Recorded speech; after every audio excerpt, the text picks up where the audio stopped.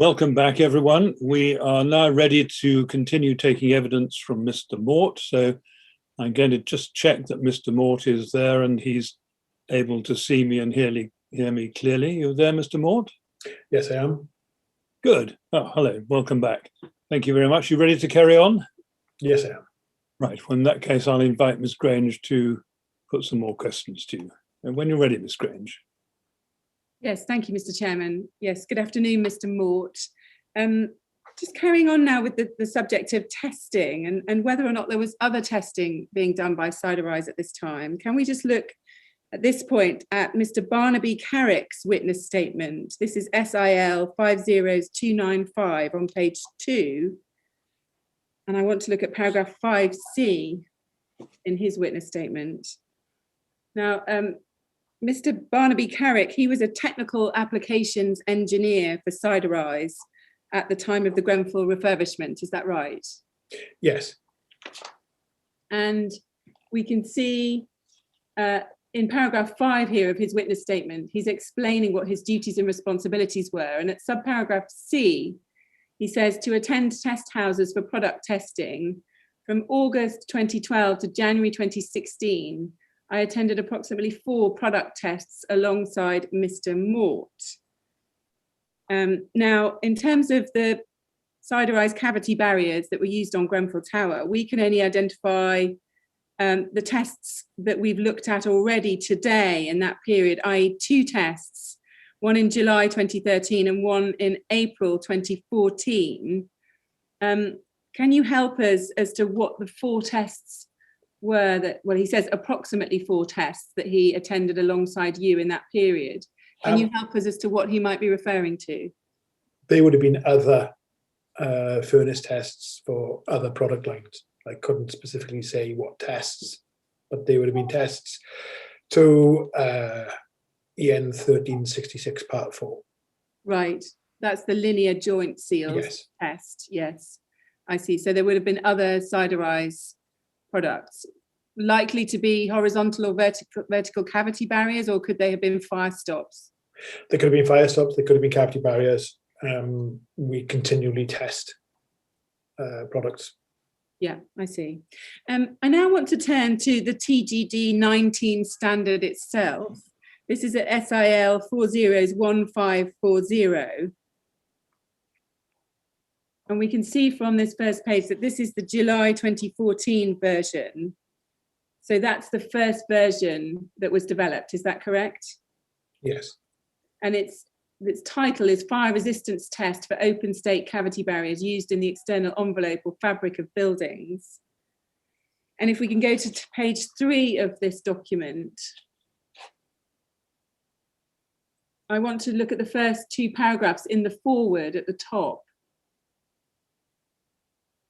So if we could zoom in on that, thank you. So it says here, this test method has been drafted by a subgroup of ASFP Task Group 3 fire stopping, which in turn reports to the ASFP Technical Committee. It has been drafted in response to a need identified by the membership of TG3 for a test method to evaluate the fire resistance of open state cavity barriers, such as those used in rain screen cladding systems. The method is also intended to assist certification bodies to develop technical schedules allowing for the third-party product certification of open state cavity barriers. So that's what it says there. And then in the second paragraph, it goes on. This test method is only intended to evaluate the fire resistance performance of the open state cavity barrier against fire exposure from below in terms of the time from ignition necessary to effectively seal the cavity and to maintain that seal. To evaluate the performance of open state cavity barriers within a complete cladding system, a large-scale test such as BS 8414, fire performance of external cladding systems, should be considered. And then it also says that a European standard for cavity barriers is also being developed, including open state barriers. We see that there. Yes. And we've discussed this before, haven't we? And although we've got reference there to the BS 8414 test, it's right that in that test, the performance of the cavity barriers is not specifically measured, is it? That's correct. Yeah. That's a large-scale reaction to fire test. And what it measures is in terms of the extent of flame spread across the facade. And that's not the same as what's measured in the smaller scale fire resistance tests, is it? That's correct. Can you just explain to us, you were involved in the committee who drafted this TGD 19 standard, yes? Yes. Can you just explain the reason why it's stated there that to evaluate the performance of open state cavity barriers within a complete cladding system, a large scale test such as 8414 should be considered? Well, as discussed earlier, you can prove the performance of the cavity barrier on a furnace test, but that furnace test does not prove the overall performance of the complete building envelope system. And the only way to prove the complete building envelope system is to carry out an 8414 test of many different components from many different manufacturers. Yes. But can we agree that even if you pass a successful 8414 test, that doesn't necessarily tell you everything you need to know about the performance of the cavity barriers, for example, in terms of how they contain smoke spread or radiant heat behind the scenes? The performance criteria you're looking at there, the integrity and insulation criteria, are set from the fire resistance test. The cavity barrier in an 8414 test is needed in order for the test to function. If you don't have cavity barriers, then the test would fail within the first 2 to 3 minutes through hidden flame spread within the cavity. Yes, I follow that, but I think what I'm putting to you is that even if you've had a successful 8414 test, that doesn't necessarily tell you everything you need to know about the performance of the cavity barrier, does it? No, that's correct. Yeah. Now, if we look back at TGD 19 itself, and as we've already explored, the usual way of testing in accordance with that standard is to undertake the test between two concrete elements. And we can see that if we look at pages, this is set out in pages 6 to 11, but I want to look, for example, at page 6 of this test standard. We can see at the top, here is a cross section of a block. And there we can see that that's a test for the barrier simply between non-combustible cladding, isn't it? Or, well, it's actually between concrete blocks, yes? Yes.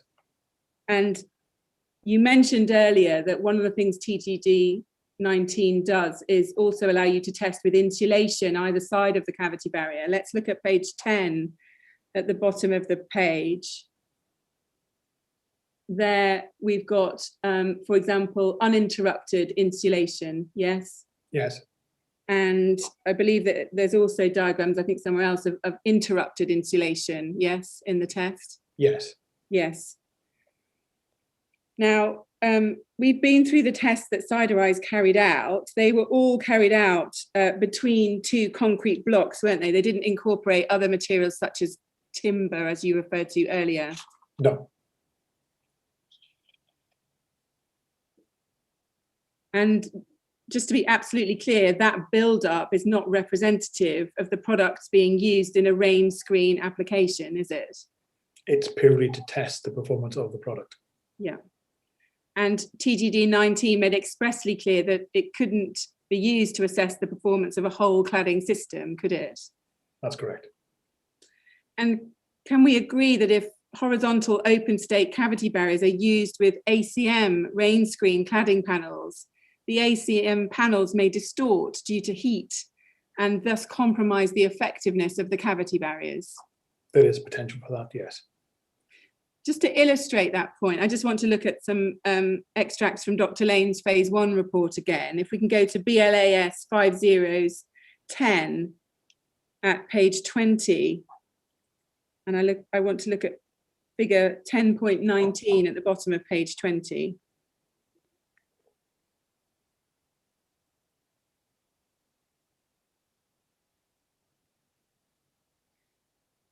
So you can see that at the top, this is paragraph 10.3.39, horizontal and vertical barriers.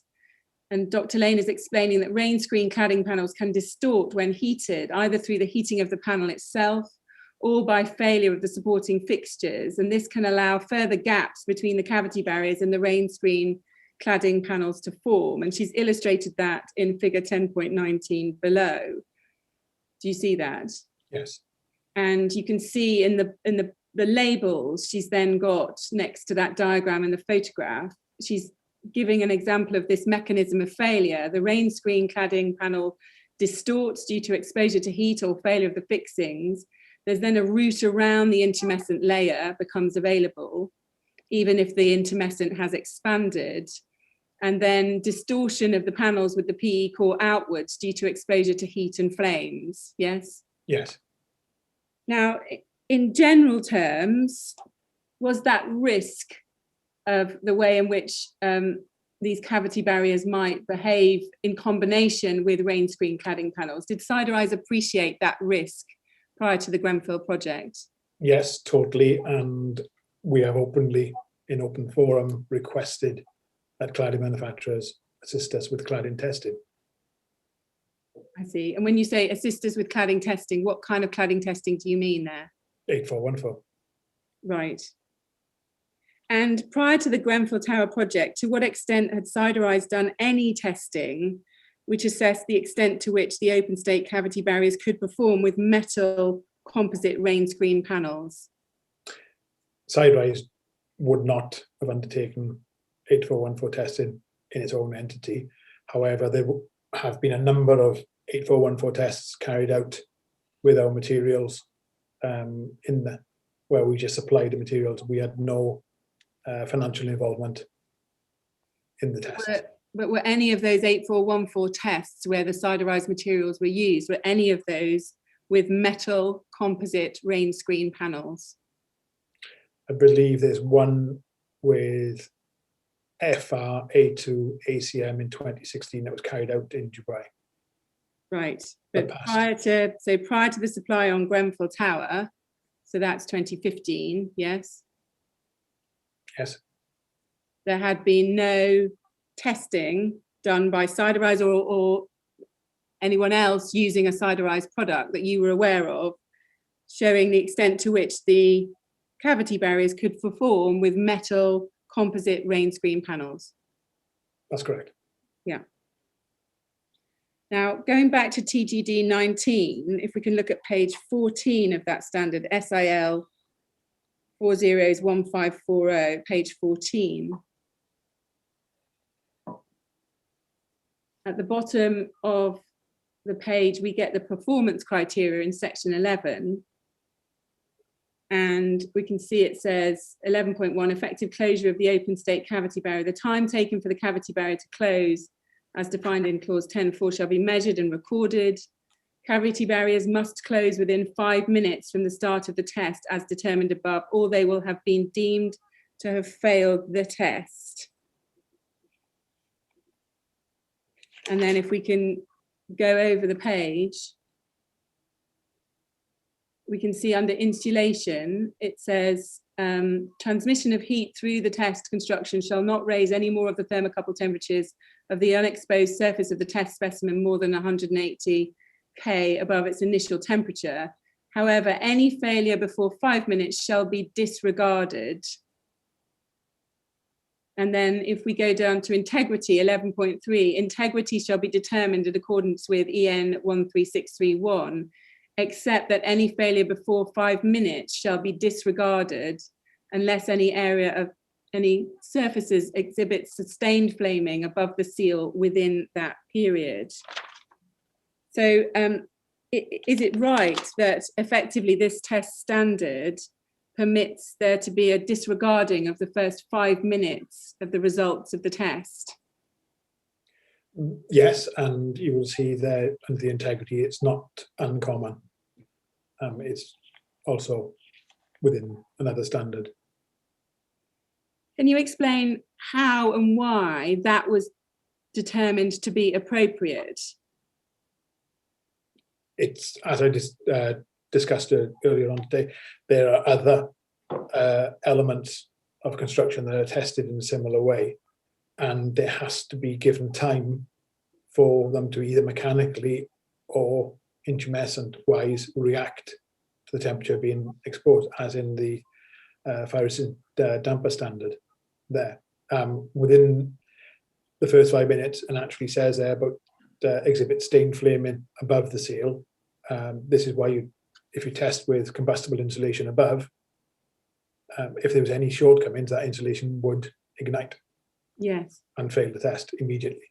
Right, I see. But where did the 5 minutes come from? What was the scientific basis for choosing that 5 minute period? As I said, it's in there from the standard for dampers. There's a clause in there for the first 5 minutes. I see. So what, in a different British standard dealing with dampers, there's a similar clause in there relating to the first 5 minutes being disregarded, yes? Yes.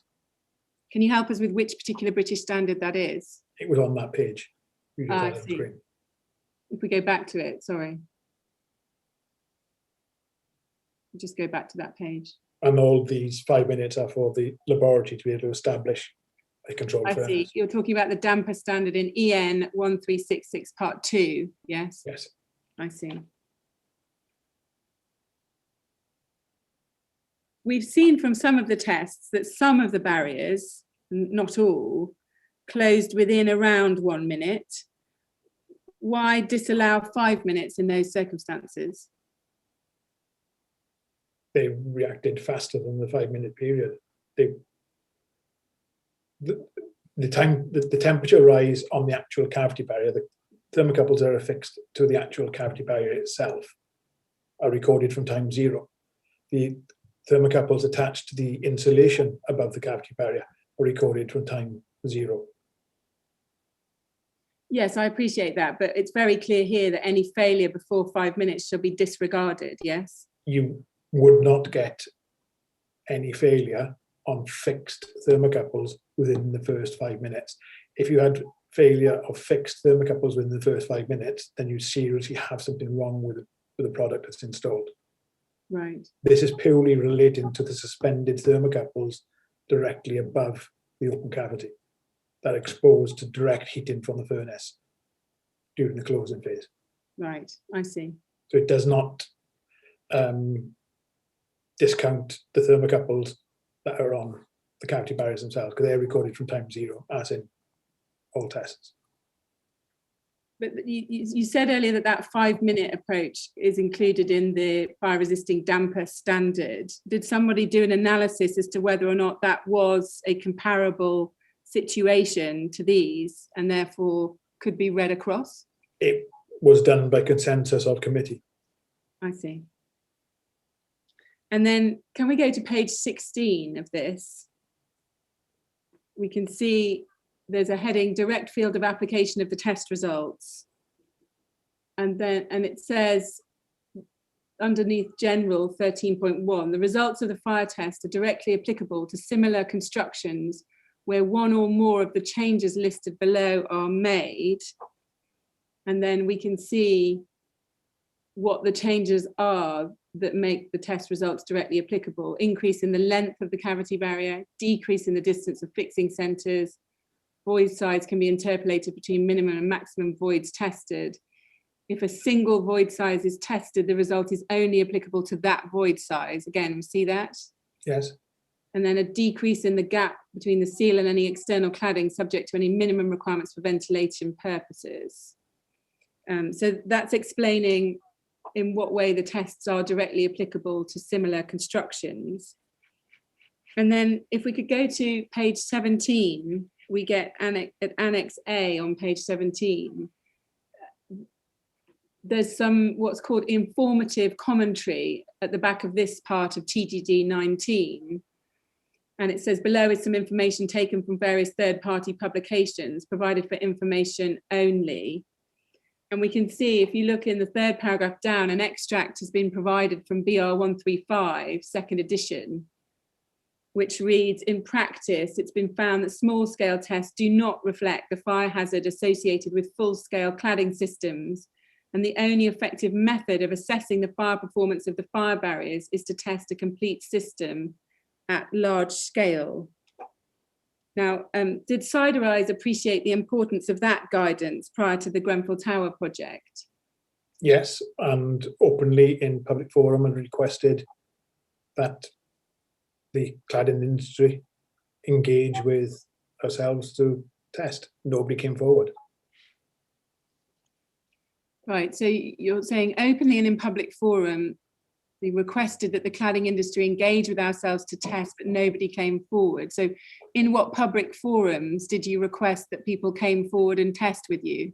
We held some conferences on facades and our systems, and our Steve Swales openly to audience, including CWCT, ARUP, facade contractors, openly requested that people engage for testing. When you say that openly requested that people engage for testing, are you saying he was openly asking for partners in large scale testing? Exactly that. So that the performance of these cavity barriers could be better understood? The performance of the complete systems be better understood. As we established earlier, 8414 does not ratify the performance of cavity barriers. However, it does ratify the performance of the full system. Yes, I see. So you say Mr. Swales was making an open request for assistance with testing that would help these systems to be better understood, yes? Yes. In those circumstances where there was the clear identification of a need for further testing, why did Siderise, and we'll come to your marketing material later, feel it was appropriate to be marketing these open state cavity barriers in rain screen systems? If I go back to the failure criteria of an 8414 test, as a maximum temperature of 600 degrees at level 2, and the cavity barriers are exposed to temperatures in excess of that for the duration of the test, then the cavity barriers would never be the weak link in an 8414 test, because the temperatures that they're exposed to are not of the same magnitude as they're exposed to in a furnace test. That may well be right. The cavity barriers might not be the weak link, but if the system may well be weak and the cavity barriers can't perform properly, again, I'd ask my question again, in circumstances where the need for further testing of those systems was identified, why did Siderise feel it was appropriate to be marketing these open state cavity barriers in rain screen systems? They had been tested on a few occasions in rain screen systems. And again, I would say we openly requested from the industry to partner with us in testing. Nobody came forward. Okay. We are not experts in building rain screens. You need the expert partners in other parts of the industry to come forward to the table to assist. Right. Okay, well, this is a theme we will keep coming back to. Let's move on for now. Let's look at Technical Note 73 produced by the CWCT, the Centre for Window and Cladding Technology. That's at CWCT 5019.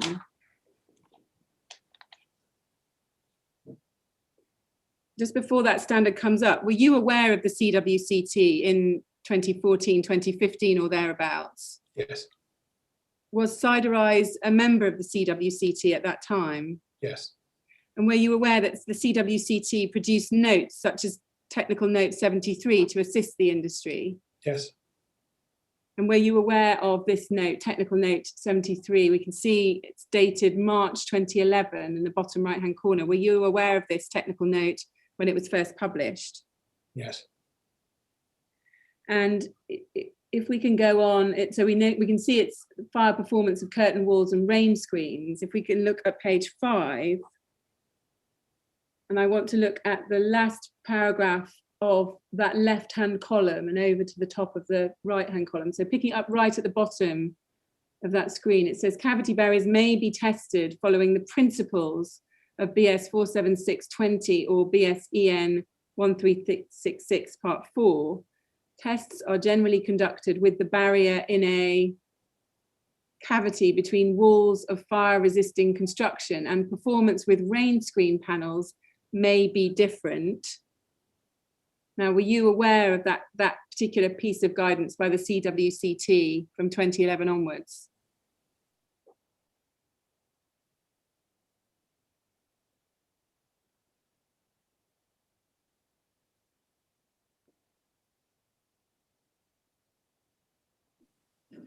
Mr. Mort, are you there?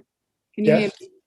Sorry, were you aware of that particular part of this CWCT guidance? Yes, where it makes clear that they're tested between walls of fire-resisting construction, but performance with rain screen panels may be different? Yes, I was. And that's making a similar point to the one we saw in the TG, in the technical guidance, TGD 19, isn't it? Yes, it is. And then if we carry on with what it says in that top right-hand paragraph, in the next sentence, just picking it up there, it says, intumescent materials react at approximately 150 degrees centigrade, thus allowing passage of cool smoke. When the temperature does rise, they may take a significant time to form a seal. This time delay may not be significant in a test where the cavity is empty, but may be significant in practice if there is combustible insulation in the cavity, which could be ignited in the time taken to seal the cavity. And again, were you aware of that guidance at the time you were developing the testing of the Siderise open state cavity barriers? Yes, as we established this morning, we test with combustible insulation above and below the cavity barrier for that actual reason. And can we agree, therefore, that these considerations, i.e. use in a rain screen and with combustible insulation, could dramatically impact the performance of open state cavity barriers? All cavity barriers need two resilient surfaces in order to perform. The cavity barrier is not the weak link in any rain screen system. The weak link is the rain screen itself. Yes, can I just ask that question again? Can we agree, therefore, that these considerations, i.e. the use in a rain screen and with combustible insulation, those two factors could dramatically impact on the performance of open state cavity barriers? If tested to an 8414 test, yes. Well, and also whether attested to an 8414 or not, in a real world situation, the rain screen and the presence of combustible insulation could dramatically impact on the performance of open state cavity barriers in a real world situation, yes? I will reiterate, the cavity barriers will still perform to the level of performance tested, providing the bounding structures remain in place. So therefore, yes, if one of the bounding structures fails, then the cavity barrier is redundant. Yes, if there's no external surface there for it to butt up against, it's ineffective, yes? Yes, and that is the same for all passive fire protection. The bounding structures have to remain in place.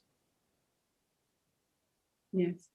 And then if we look back at that paragraph, we can see in the last sentence, it says the Association for Specialist Fire Protection, ASFP, is currently investigating the development of a test procedure specifically for rain screen cavity barriers, which will assess these issues. Was that referring to the TGD 19 test that was subsequently developed? Yeah, yes, it was. And the CWCT were present at the drafting of the document as well. Yeah. Can you just help us? So far as you were aware, were there ever any discussions with the Department for Communities and Local Government, or MHCLG, as it now is, about adding TGD 19 to approved document B? Are you aware as to whether there's any been such discussions? I'm not aware of any discussions. No. Okay, thank you. I'm going to ask you some questions at this point now about Celetex's BS 8414 Part 2 tests that were carried out in 2014. If we could look at Mr. Swales's witness statement first on this point, that's at SIL 50306, page 17, and I want to look at paragraph 63.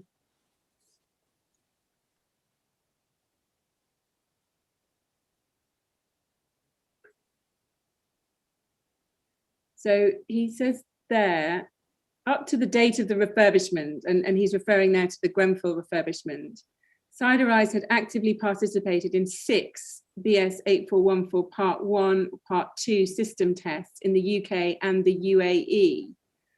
When I state actively, I mean that Siderise were invited to participate by the test owners such as Celetex, Extratherm and Kingspan. These occurred between 2012 and May 2015. The cladding utilised for these tests were either rain screen boards or terracotta tiles. The insulation was either PIR, phenolic or stone wool insulation. And then he says all of the tests were passes. Other system tests may have been carried out using the Siderise product without our knowledge, which is not unusual. Now, just on that, he says there that there were these 6 8414 tests and all of the tests were passes. We'll come on to it in a moment. It's right though, isn't it, that the first Celetex test that Siderise had its cavity barriers in was a fail in February 14, yes? Yes, it failed through panel failure, I believe. Yes, so that's not quite correct, is it, that all of those tests were passes? That's correct. Now, and Mr. Swales says on the previous page, if we look at page 16, at paragraph 61, first sentence, and this is just for the avoidance of doubt really, but he says, to my knowledge, a system test incorporating ACM panels did not take place before 2016. Do you see that? Yes. And I think that accords with the evidence you just gave to us, but can you just confirm that? Yes, it does. So when Mr. Swales is saying in that paragraph before that we just looked at, 63, that the cladding used for the pre-refurbishment tests was either rain screen boards or terracotta tiles, to be absolutely clear, none of those were ACM products, were they? That's correct. And they were all, can you confirm, non-combustible cladding products? I can't confirm that they were totally non-combustible without seeing the European designation for each of the boats. But I just suspect that they were of a high performance. Yeah, okay. Now, to your knowledge, did those pre-refurbishment, pre-Grenfell refurbishment tests involve open state cavity barriers or only full face horizontal cavity barriers? Open state horizontally and full vertically. Right. And do you recall when you first met with Celetex to discuss BS 8414 testing? I didn't meet them until after the first test. I see. Okay. Let's look at Mr. Roper's witness statement at this point. This is at CEL 30010052 at page 8. CEL 30010052, page 8, and I want to look at paragraph 5.6.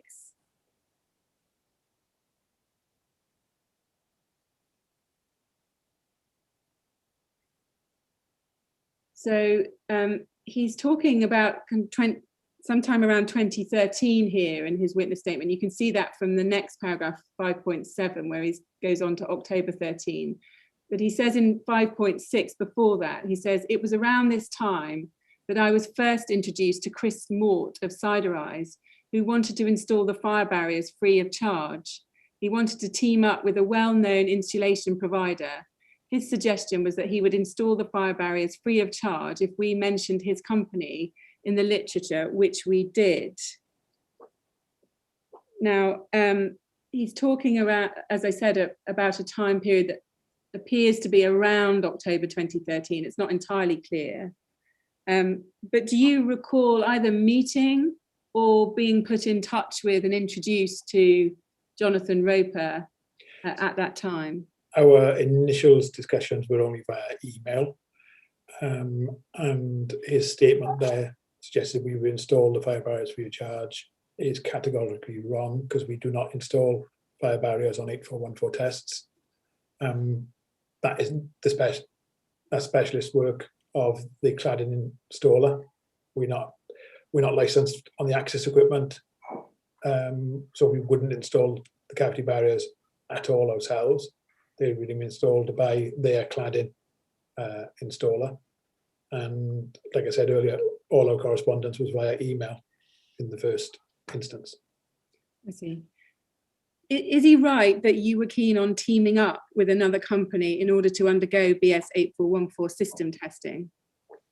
As I said earlier, we were keen to team up with anyone who's willing to undertake an 8414 test in the industry. Did you offer him your products free of charge for that testing? You said you wouldn't install them free of charge, but did you actually offer to provide them free of charge for somebody else to install? Yes, we still do that today. Right, so you didn't charge him for the product, yeah, for that testing. And was there ever a plan for Siderise to install them, or was your understanding that it would always be installed by Celetex's facade fitter? Correct. We wouldn't install barriers. Right. Now, then moving on, if we look at page 12 now of Mr. Roper's statement, paragraph 5.26.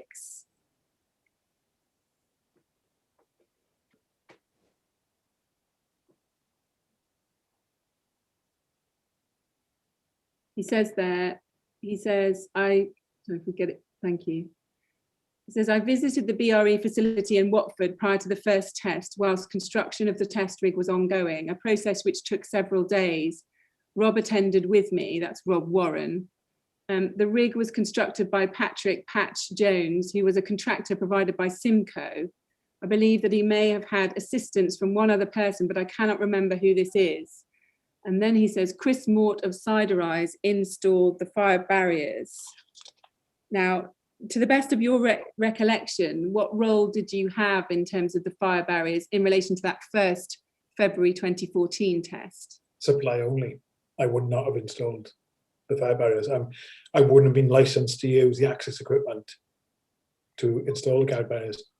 If I had attended the BRE, it would have been to carry out a toolbox training for Pat Jones, but my feet would have remained on the ground, and I would have only been there to just explain to him how the barriers should go together. Other than that, I've had no involvement whatsoever, and I cannot confirm if I did attend or not for that toolbox talk.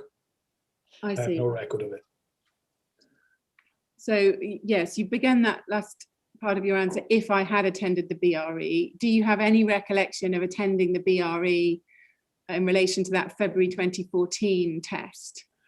Our email chain with Celetex is quite well documented, and they were very keen to keep us at arm's length away from anything to do with the test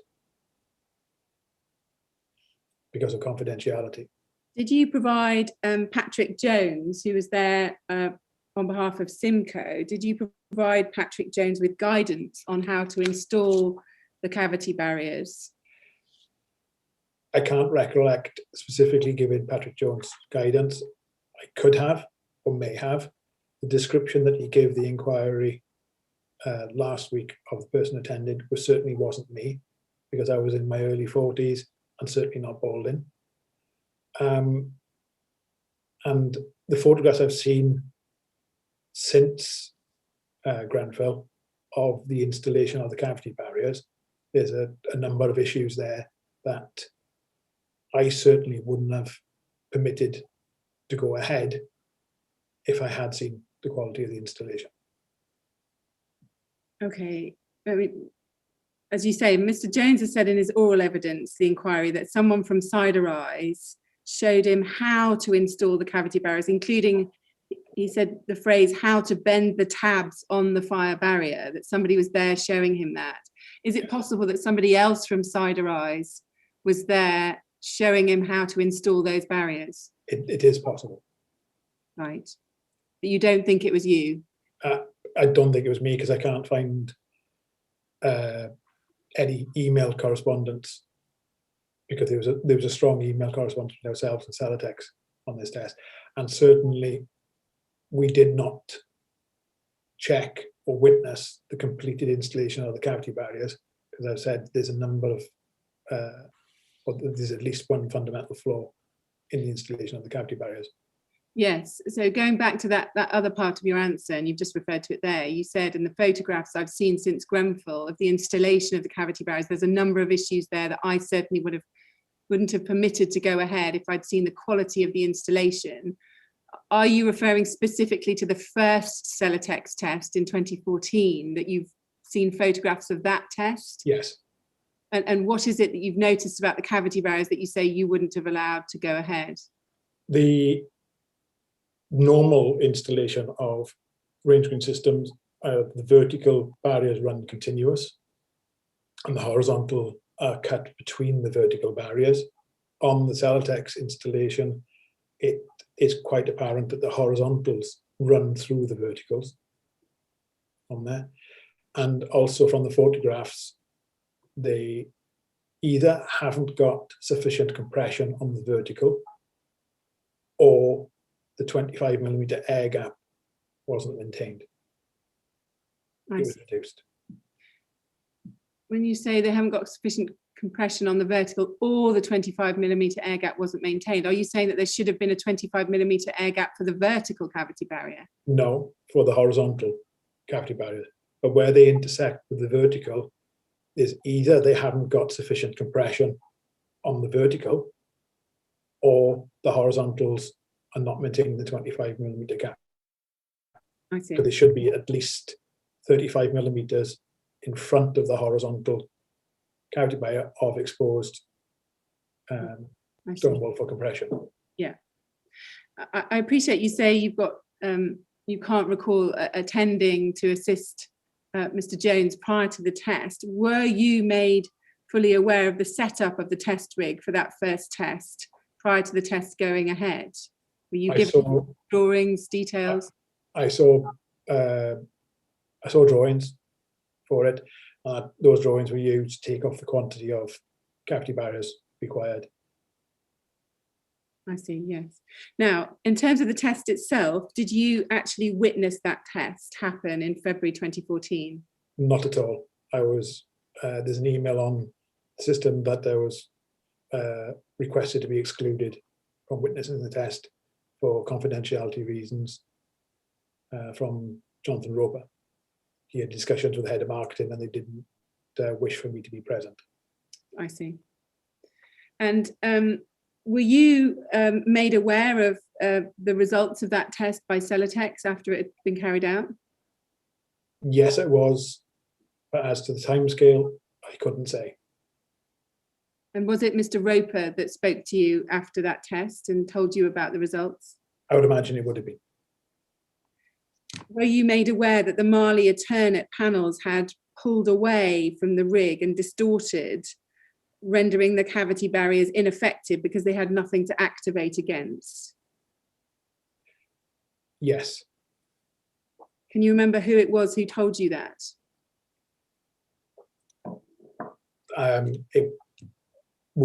My correspondence was only with Jonathan Roper. Right. Just for clarity, did you ever have any discussions with any other parties involved in that test, including the BRE? Did you ever speak to anyone at the BRE? No. No. Was the failure of that test, did that strike you as a salutary lesson about how ineffective open state cavity barriers could be in a rain screen system if the failure of the panels occurred? The fundamental function of a rain screen cavity barrier is not to enhance the performance of the panel. So the panel of the performance of the cavity barrier is compromised by the inadequacies of other elements. It's not the cavity barrier that is inadequate, it is the panel is inadequate. That is something we can't control. But nevertheless, whether you say it's the panel that's the problem or the cavity barrier that's the problem, did you appreciate following that test that cavity barriers might be rendered ineffective if there was failure in the panel? That is common knowledge, yes. did that make you or anyone else at Siderise question whether cavity barriers should be being used in rain screen systems at all at that point? No. Why not? Can you help us as to There's why that wasn't something that was thought about? There's a demand from the marketplace for cavity barriers, and regardless whether they're open state or full fill, on that, if you were to conduct exactly the same test with a full fill cavity barrier, the mode of failure would have been exactly the same. It's the failure of the panel, not the cavity barrier. So it's irrespective whether it's open state or full fill. The failure mode of rain screen systems is the failure of the panel system. And that comes back to my statement earlier of fire stopping. Regardless of how it's tested, it's only as good as its bounding structure. So if you have a 4-hour wall and you have a penetration going through that 4-hour wall and you fire stop it, and then it, for whatever reason, that wall is compromised and it's no longer a 4-hour wall, that fire stop, although it's been tested for 4 hours, is only as good as the performance of that wall. I appreciate that's your evidence, but I'm interested in understanding whether anyone within Siderise ever gave consideration at this stage to whether there had been adequate and sufficient testing of open state cavity barriers to justify their safe use in rain screen systems. We've requested on many occasions to be involved with 8414 testing. We've seen it as we were meeting the requirements of approved document B, Appendix A, in the table 15. We were meeting the requirements of that element. The responsibility in section 12 of approved document B of the external part of the building is not Siderise's responsibility. That's the responsibility of the full project makeup. So we understood we complied with approved document B, Appendix A, 15 for cavity barriers. And we actually over-engineered it. The requirement is 30-15. We were supplying barriers at 90-30. Right. So we knew the cavity barrier was over-engineered for its purpose. But the facade industry, whether turned a blind eye or didn't understand the fact that it's their responsibility to ensure that the panels were of equal performance to the cavity barrier. I see. Now, is it right that in March 2014, so after that first failed test in February 14, you arranged a meeting with Mr. Roper of Celetex in relation to that February 14 failed test? Yes. Now, you don't make any mention of that meeting in your witness statement, so I do want to ask you about it. We can see confirmation of that meeting taking place if we go to CEL 401976.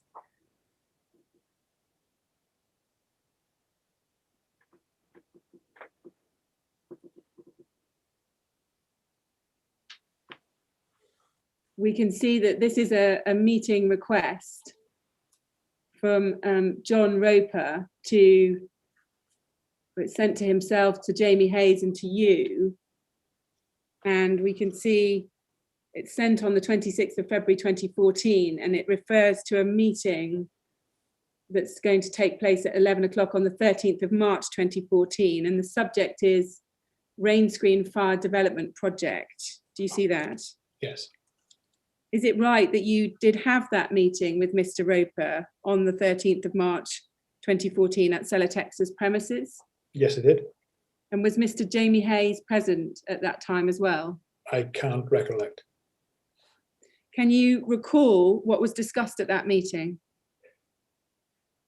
Basically, they explained that the first test didn't go according to plan. I wasn't shown any information at that time in terms of installation of barriers, etc., etc. It was more a case of, can you support us on another test? Can you supply us with barriers for another test? I see. And in terms of, can you support us on another test? Was it just simply a request for more barriers? Supply material.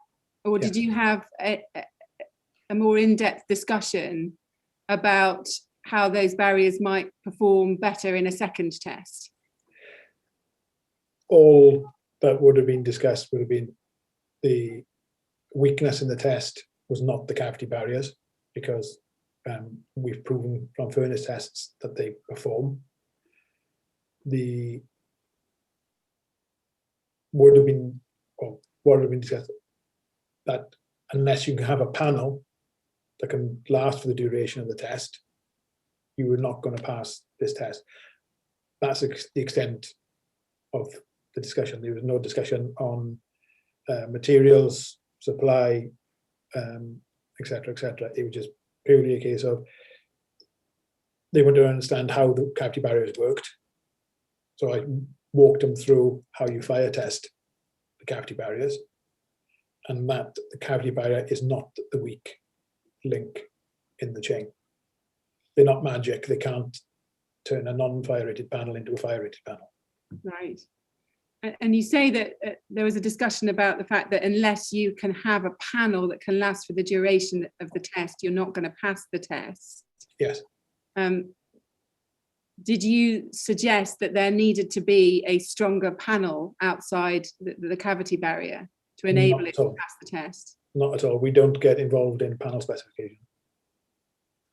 Did you review the test footage at that meeting? No.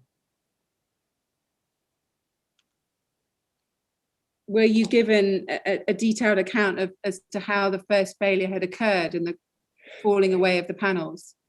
I was just told that it failed, and how can you improve the cavity barriers to get it to pass the test?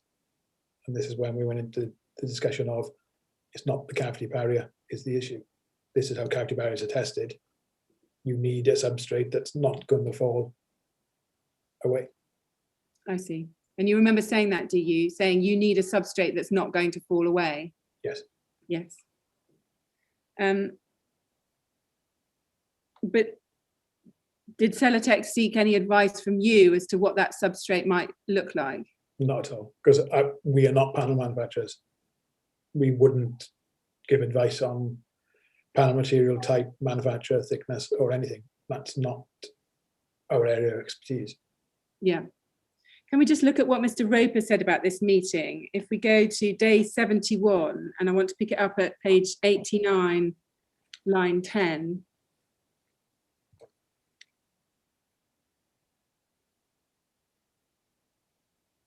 So Mr. Roper's asked by Mr. Millett, had there been any concerns as a result of the February test about the cavity barriers that had been used? And he says, I think what became apparent is that the fire barriers that were installed on the first test only work by being activated by heat or smoke or fire and expanding upon the inside face of the cladding panel. And I think there was some concern around the ability for that intumescent on the end of the fire barrier to expand and close the cavity. So there were some reservations around there. And then the question, did you discuss fire barrier designs alongside the use of a 6mm magnesium oxide? And he says, yes, I believe we did, yes. And then question, so was the use of magnesium oxide a way of overcoming the problem with the cavity barriers not expanding fully? Yeah, I think what I learned at the time and what I still believe now is that the performance of those fire barriers are entirely dependent on the fire resistance of the cladding panel that they expand onto. And then question, do you remember having a meeting with a cavity fire barrier manufacturer? Yes. Who was that? Siderise. Did you go to the meeting with Siderise? Yes. Do you remember what you discussed? I believe Jamie was present there as well. I think we discussed our concerns with Chris of Siderise. Was that Chris Mort? Chris Mort, yes, yes. And then question, answer about the ability for their product to firstly expand sufficiently to close the cavity and then to work if the cladding panel wasn't there. In the first discussion with Chris Mort about the proposed use of 6mm magnesium oxide. And he says, I don't know, if I'm honest with you, I don't know. Now, having seen that, can you recall whether you had any discussion with Mr. Roper about the use of a magnesium oxide board to strengthen the cladding panel at the location of the cavity barriers? Certainly not. And if you look back through his transcript, he had this fixation that the intumescent didn't expand and that the cavity barrier should be protecting the facade after the panels have fallen away, which I would have gone strongly discussed with him. The fallacy of that is that any form of fire stopping is only as good as its bounding structure. And that proven from furnace tests, and I would have shown him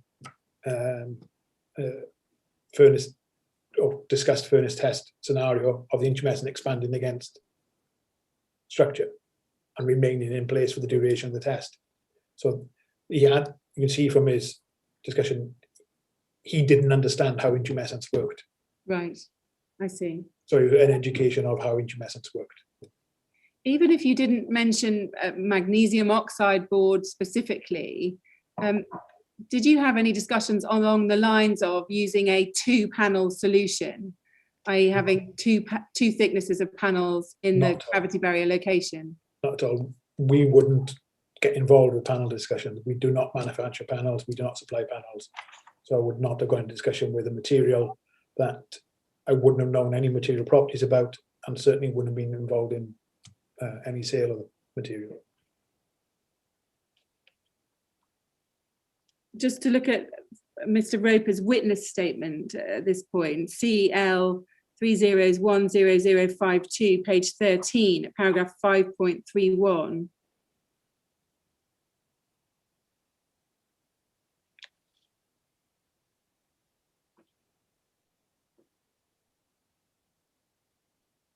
He says here, following our internal discussions, I sought some advice from the IFC and the BRE. I spoke to Phil about thickening the cladding panel to 12 millimeters. I think he means Phil Clark there. And then he says, I believe we also spoke about the option of strengthening the fire barrier level with a 2-panel solution, because it appeared from the February test that the cladding panel had cracked and fallen away, which enabled the fire to jump around the fire barrier at level 2. I do not think that Phil suggested anything specific in this regard.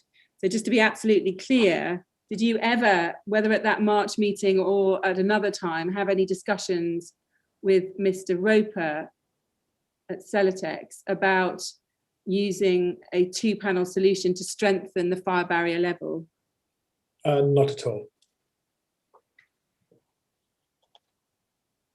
Now, we know that Celetex did go on and they retested the RS5000 in a second BS8414 test in May 2014. Did you have any involvement in that second test? Only in supply of samples.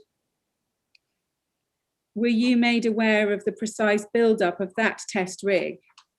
No. We just asked for a repeat of the quantity of samples supplied for the first test.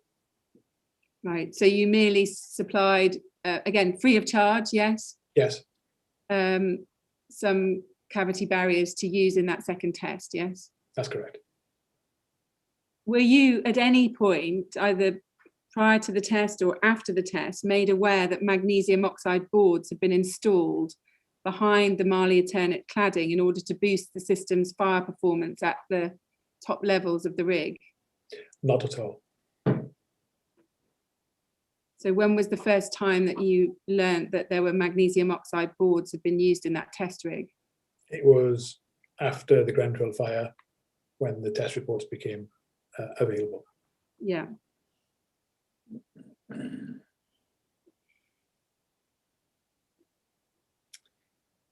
If we could look at Dr. Lane's phase 1 report again briefly now. This is BLAS 5026, page 40.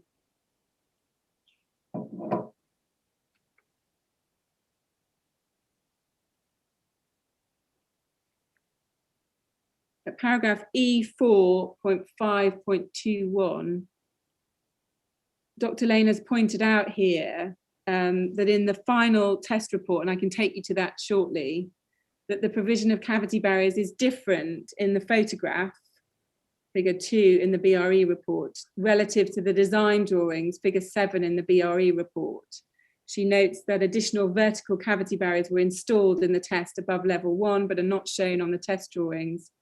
and that an additional 3 horizontal cavity barriers were installed in the test, but is not represented in the test drawings. Now, do you remember being sent test drawings in advance of this second test? No.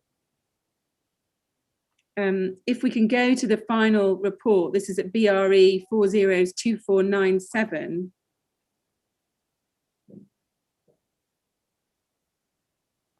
This is a copy of the finally issued report from the 1st of August 2014, and I'm going to take you to the 2 figures that Dr. Lane has picked up on. If we go to figure 2, which is on page 12, what we can see in this photograph is that there were 4 horizontal cavity barriers. There's one right at the bottom. You can just see it in the very corner of the page above the crib. Another one at level 1, another one at level 2, and another one right at the top of the rig. Can you see that? Yes. And then there's 4 vertical cavity barriers. So the horizontal ones are in green and the vertical ones are in blue, yes? Yes. Now, you said that there were some problems with the way in which the cavity barriers had been installed in the first test. Did you spot that there were difficulties with the way they'd been installed in this test? Only after we had the test report after the Grenfell fire. I see. And it was the same for both. Is it the same problem, that what you're saying is the horizontal have been cut through the vertical? Correct. I see. Going back to this discrepancy that Dr. Lane picked up on, there we can see clearly 4 horizontal, 4 vertical cavity barriers. But if we go to figure 7 on page 17, and it's not easily clear from this because we can't see all the labels, but in essence what she's picked up on is that the vertical and horizontal cavity barriers marked in these drawings are not the same as what's in the photograph. Now, can you help us? Do you know who made the decision to install more cavity barriers in the test rig than was shown in the specification drawing? No, I don't. Were you asked for any advice about how many cavity barriers ought to be installed in this test rig? No.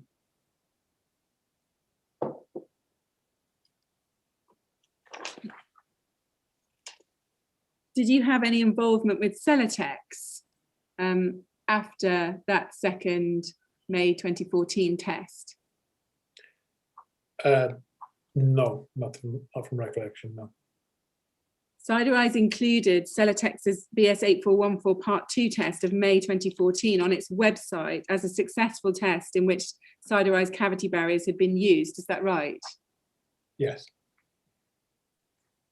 And is it also right that more recently that web page has been taken down and replaced with a screen requiring login details to progress further onto the website?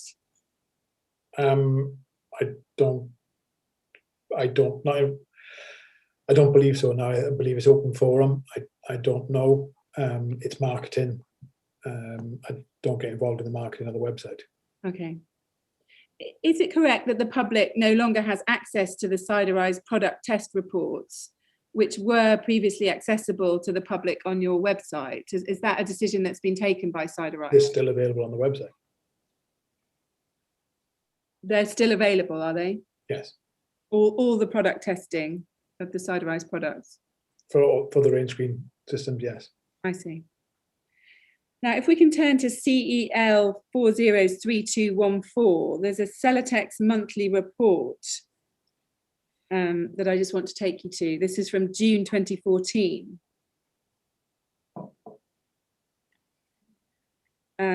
So we can see Celetex monthly report, June 2014.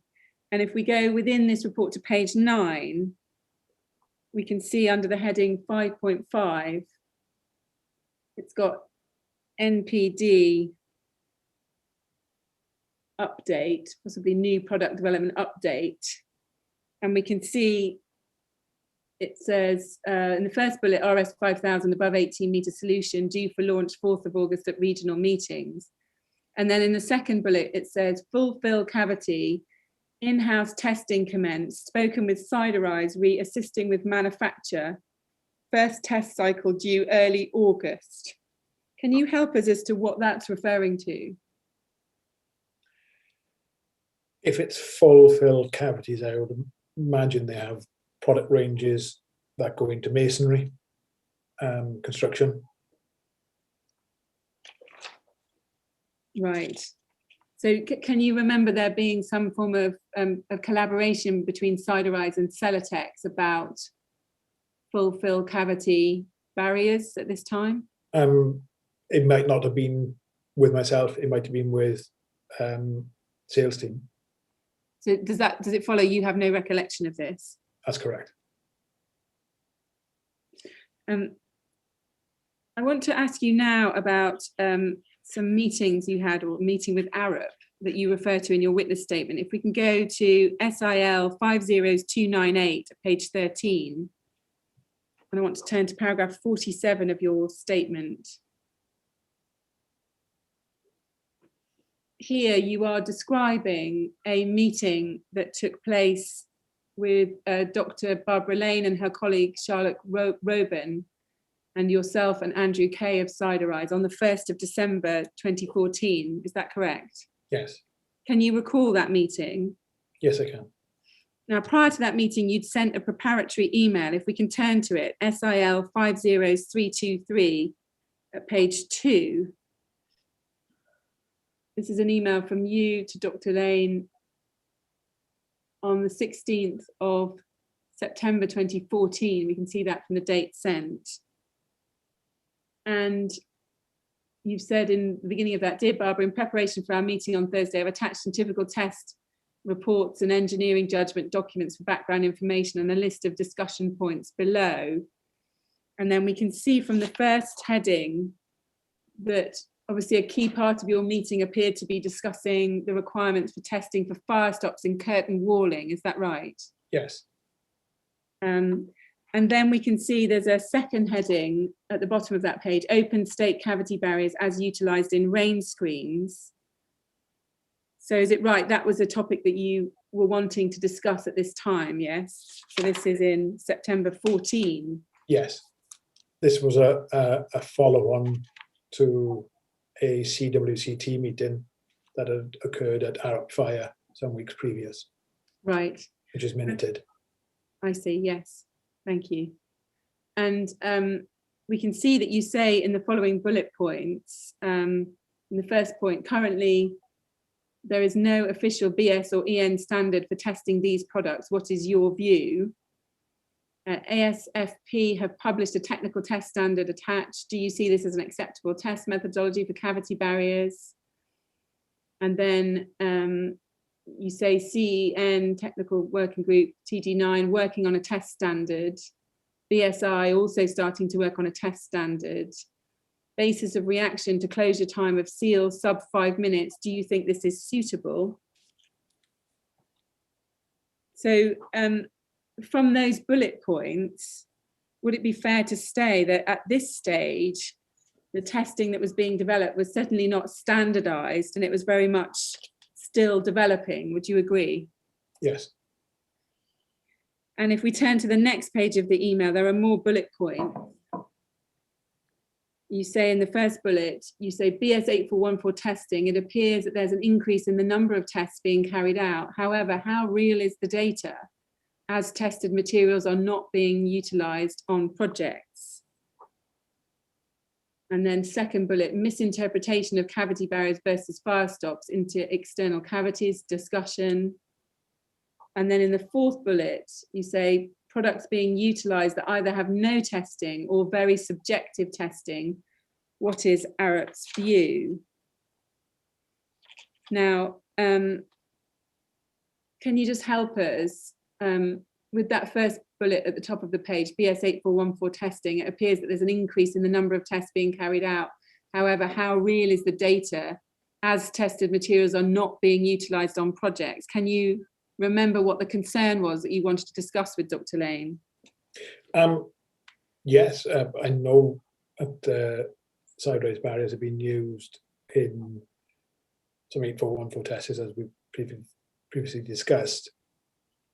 But Siderise, we were not seeing an increase in sales against projects that we knew cavity barriers would be using. So materials are being substituted. etc. It's just highlighting the issue to them that they may be specifying barriers on a project, but the barriers that they're specifying aren't necessarily being used. I see. So were you saying that substitute cavity barriers were being used from the ones that had been tested in 8414 tests? Yeah, or none at all. I see. Were you also drawing attention to the fact that some of the cladding panels that were tested materials were not being utilised on projects, i.e. they weren't realistic cladding panels? Back then at that stage, probably not. I see. And you're obviously drawing attention to the fact that there isn't a standardised test standard for these types of open state cavity barriers.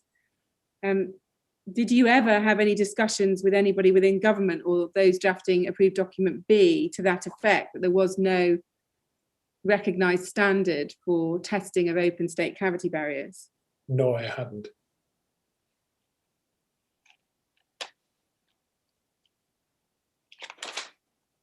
Now, you sent a summary email the next day after the meeting on the 2nd of December 2014 to Andrew Kay and Stephen Swales. If we go to that, that's at SIL 50331 at page 2. And if we could look at the top half of that page, it's from you to your colleagues internally within Siderise. And it's dated the 2nd of December 2014, and it's subject ARUP 5 key points.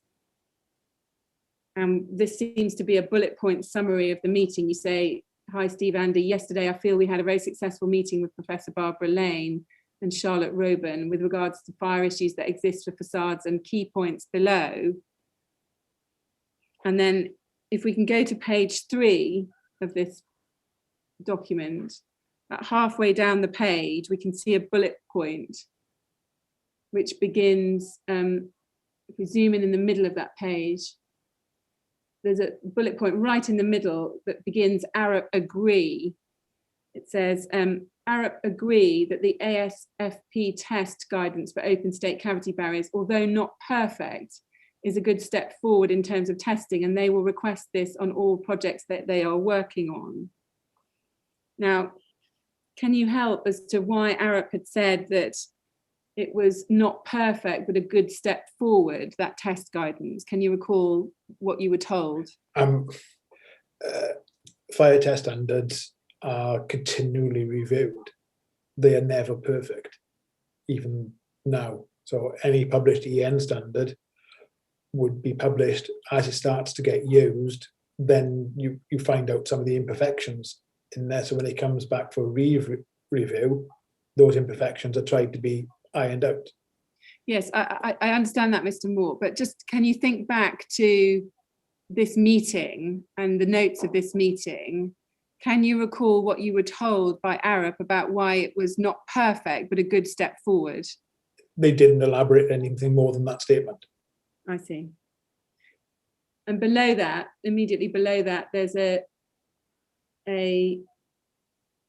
sentence which begins, ARUP agree, below that it says, they were encouraged of our involvement in CN TC 127 TG9 and BSI FSH 22, as this actually may allow for standards to be developed that reflect real world scenarios, and would gladly comment on any development work which I will present to the CEN and BSI at the next meeting, as experts can be drafted into developments for comments on standard. So would it be fair to say that you had discussed with ARUP that there needed to be the development of real world scenarios in terms of this testing? The testing of products, yes, and it was more of an invite to try and get ARUP to become involved with British standards, to comment on the actual standards. I see. Not comment after they've been published, but comment during they were being developed. At this point, and thinking back to the state of play when you wrote these notes, were you of the view that Siderise's open state cavity barriers had been appropriately, comprehensively and reliably tested such that they could be marketed for use in rain screen systems? To the standards that we needed to comply with approved document B Appendix A in terms of the 3015 requirement, yes. But what about for real world scenarios? Did you think that the cavity barriers had been appropriately, comprehensively and reliably tested for the real world scenarios that they were going to encounter in rain screen systems? That's a bigger question for the rain screen cladding panel market. We have openly requested to participate in testing and nobody came forward. So unless the industry move forward together, we can only test the standards that are available to us. I appreciate you say that's a bigger question for the rain screen cladding panel market, but does it follow from the fact that you say you were openly requesting to participate in testing, that you did think that it was important that there were more comprehensive tests carried out of these open state cavity barriers in rain screen systems? The performance of the rain screen cavity barriers, as I previously stated, is not a function of an 8414 test. The function of 8414 test is to test the complete system, and the mode of failure on 8414 test are the panels. So whilst Siderise have tested to a furnace test where the temperatures are higher than those exposed to on an 8414 test, the cavity barrier isn't the weak link, and that is acknowledged across the industry. Yes, but just to ask it in a different way, did you think at this time that it was important that Siderise's cavity barriers were tested in real world scenarios to see whether they could be appropriate for rain screen systems? We had tested as far as we could on our own. We needed partners from the industry to partner with us to test further. Only a handful of partners came forward, as has been highlighted in Steve Swales's witness statement.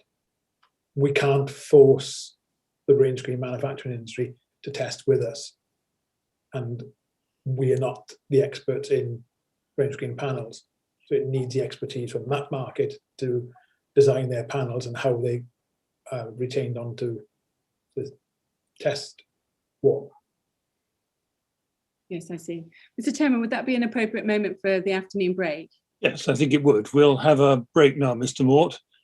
Please remember what I have said to you earlier about the importance of not discussing your evidence with anyone else. And we'll come back at 25 to 4, please. All right? Okay, thank you. Then, thank you very much.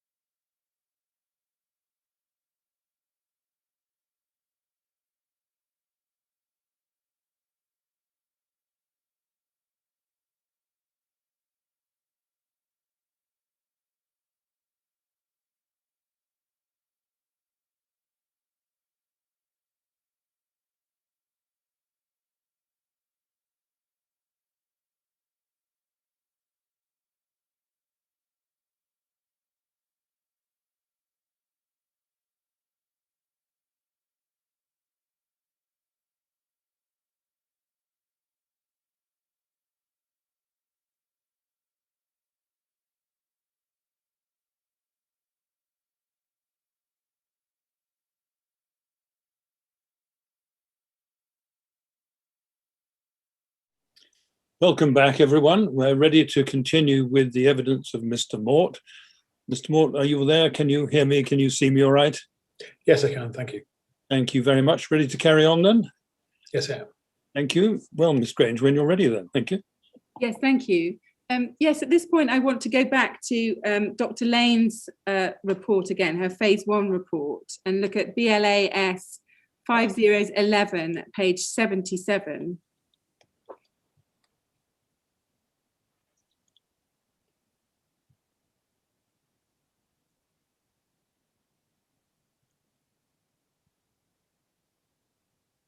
And I want to look at what she says at 1120.45 and following. Yes, right at the bottom of that page, there's 3 paragraphs I want to read. So Dr. Lane here has reviewed the test report information for the Siderise cavity barriers. And she says at subparagraph 45 there, both test reports, SIL, and then she gives the names. And those are the test reports or some of the test reports we've looked at today. And both assessment reports only consider the performance of the Lamatherm CW RSH cavity barriers installed in cavities formed between 2 autoclaved aerated concrete lintels. Then she goes on, this construction is substantially not representative of the on-site Grenfell Tower installation, where the cavity barriers are installed between concrete and polymeric ACP rain screen cladding panels. And then at 47, she says, I therefore conclude none of the disclosed evidence received to date for the horizontal open state cavity barriers is representative of the construction at Grenfell Tower and therefore cannot be relied upon as evidence of their suitable fire performance in that context. Now, do you agree that none of the testing undertaken by Siderise provided a sound basis upon which to conclude that Siderise's open state cavity barriers were safe to use in a rain screen application involving ACM panels? Not at all. The whole premise of testing cavity barriers to published and developed standards is to ascertain the performance of the cavity barrier in isolation, not in its finished state. It's the responsibility of the fire engineer on the project or consultant on the project to take all the fire resistance and or reaction tests for all the elements to come to that conclusion. I see. There is no a test available for Siderise to be able to test cavity barriers between concrete and what she's describing as polymeric ACP. There is no test available to do that from a furnace test perspective.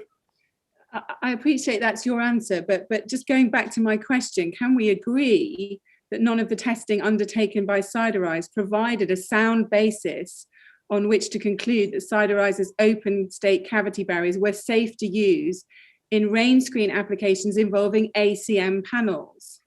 I disagree.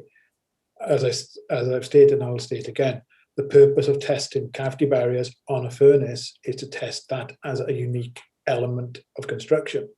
It is the understanding and the need in the industry that other engineers, other fire engineers or consultants, take every element of fire performance of every element of construction to bring them together as an overall assessment for a project to say, yes, that is fit for purpose. You don't test the ACP panel is only tested for reaction to fire. It's not tested for fire resistance. So the fire engineers on the project or the consultants on the project or whoever is responsible for bringing all that information together, they are responsible to assess the whole package or insist on an 8414 test. Yes, I fully appreciate that you're saying it was somebody else's responsibility on the Grenfell project, this is your evidence, to make a holistic assessment of that system, looking at all the elements and the fire performance. But just standing back and thinking about the test evidence that was available on the cavity barriers, can we agree that the evidence that was provided didn't provide a sound basis on which someone could conclude that those barriers were safe to use in rain screen applications involving ACM panels. No, we can't conclude on that. No. Because we have tested to comply with the approved document B Appendix A, tested on the furnace test. It is somebody else's responsibility within the project team to make that connection. Yes.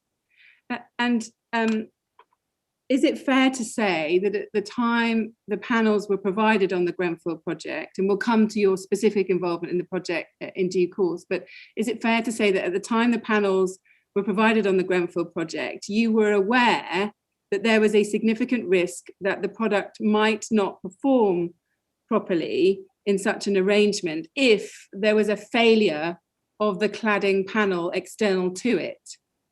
But then I come back to my previous statement of fire stopping or cavity barriers are only as good as the bounding structures. That's right across passive fire protection. If a bounding structure is the weakness, then that is the weakness. We cannot control those weaknesses. Yes. Did you ever say that to any of the professionals on the Grenfell project, that the product is only as good as the bounding structures? I can't recollect, unless it's in the documentation. I can't recollect that. Yeah, I don't think we see Siderise saying that at any stage, saying clearly to the professionals on the project, by the way, our products are only as good as the products which bound them, and they may not be able to work effectively if those other products do not stay in place in a rain screen system. I wasn't aware of what the panels were on the Grenfell project. So I could not make that assumption. Are you saying you weren't aware that these were aluminium composite material panels? Correct. Okay, well, we'll come to your specific knowledge later. I want to ask you at this point about some questions about extended application assessments. First of all, can you explain what's meant by that term in the way that Siderise have used them, extended application assessments? You can, within reasonality,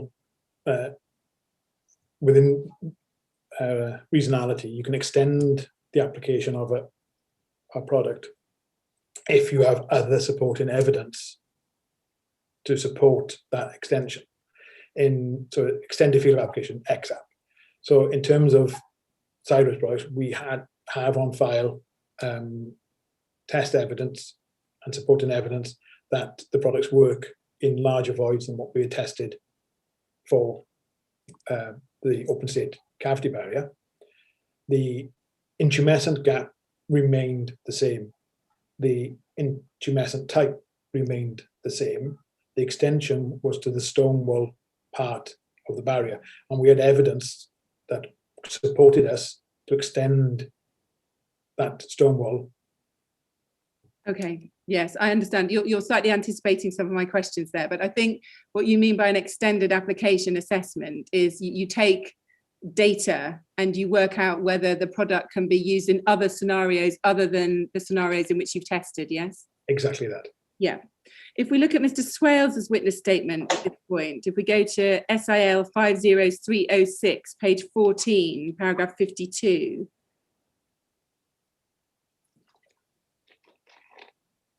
we can see that he says, with the above results, and that's the results that we've been going to with the test evidence we've looked at earlier, Siderise were able, by extended application, XAPs, to assess the performance of the barriers in larger cavities.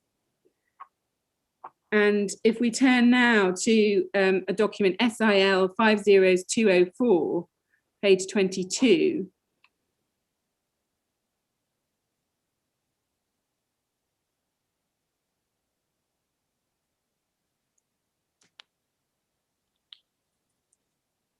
SIL 502, yes, thank you. This is the extended field of application assessment for Siderise's horizontal 25 mil 90-30 cavity barriers.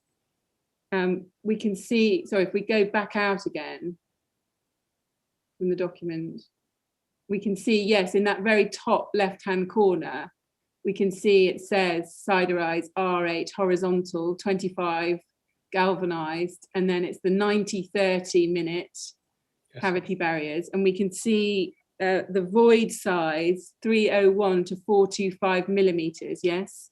Yes. So this is an extended application assessment for void sizes of that extent. And if we look in the bottom left-hand corner, we can see that you've signed this as the Group Technical Officer. Can you see that? And it's dated the 23rd of June, 2017. So just after the Grenfell Tower fire, yes? Yes.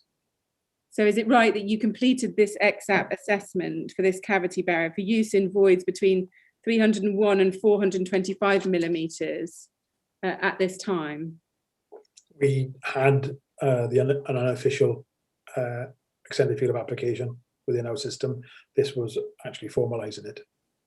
Yes, can you explain why it was that an extended application assessment was carried out at this time on the 23rd of June 2017? What had prompted it? It was just requested from the business. Was that in response to the Grenfell Tower fire that it was requested? I couldn't say. You were never told that, no? No. We can see at the top of the page under the heading Scope, if we go back to the top of the page, it states this document relates to the production of XAP assessment, which are offered in the absence of specific fire resistance test results, following the guidance given in Passive Fire Protection Federation Guide to Undertaking Assessments in lieu of fire tests, yes? Yes. And then underneath the bullet points, right at the bottom of that page, it says XAP assessments will vary from relatively simple judgments on small changes to a product or construction through to detailed and often complex engineering assessments of large or sophisticated constructions.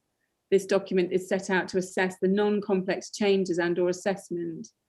For complex assessments on a project or product basis, a full engineering judgment would be undertaken. Now, what steps did you take when preparing this XAP to ensure that you were following the Passive Fire Protection Federation guide to undertaking such assessments in lieu of fire tests?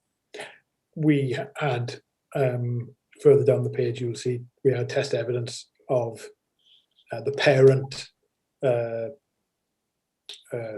stonewall product being certified for larger voids than what we had tested. Did you consider that you were appropriately qualified to conduct an assessment of this nature, where you're extrapolating from data and applying it to larger void sizes? Yes. Did you seek any outside or third-party assistance when producing this assessment to validate the conclusions that were drawn in it? No. Can you help? Why not? Why not get a third party to validate this? It wasn't required at the time. As in not required by Siderise in terms of its internal processes? It wasn't required by Siderise, not required by approved document B. And is it right that these XAPs were conducted by Siderise on a product by product basis rather than doing a generic XAP? Correct. Is that right? Did it ever occur to you that there might be a difficulty with Siderise essentially certifying their own products for use in these extended applications without any external third-party sign-off or check? No. And is it right that you concluded, if we go back to the document under the heading conclusion, that an extended application to voids up to 425 millimeters could be permitted? Yes.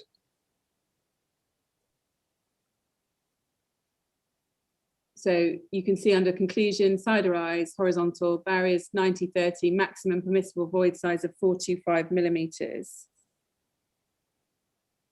Now, this XAP post-dates the supply of horizontal cavity barriers at Grenfell for voids of between 326 and 425 millimeters, yes? Yes. Had any XAP assessments been conducted on Siderise open state cavity barriers prior to the 23rd of June 2017? Yes, they had, but not in this formal way.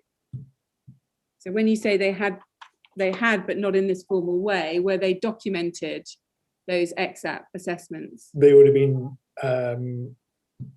through an electronic way, through a bill of materials, through an electronic system. This is more of a formal documentation of that.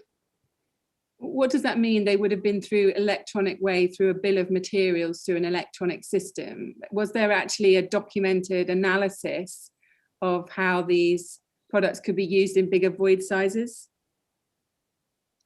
As I said, there would have been a discussion on, can we supply these larger sizes? We have the supporting evidence. So it was done in a factory control electronic format rather than in a formal document. I see. And can we now turn to page 29 of this document? This is the XAP for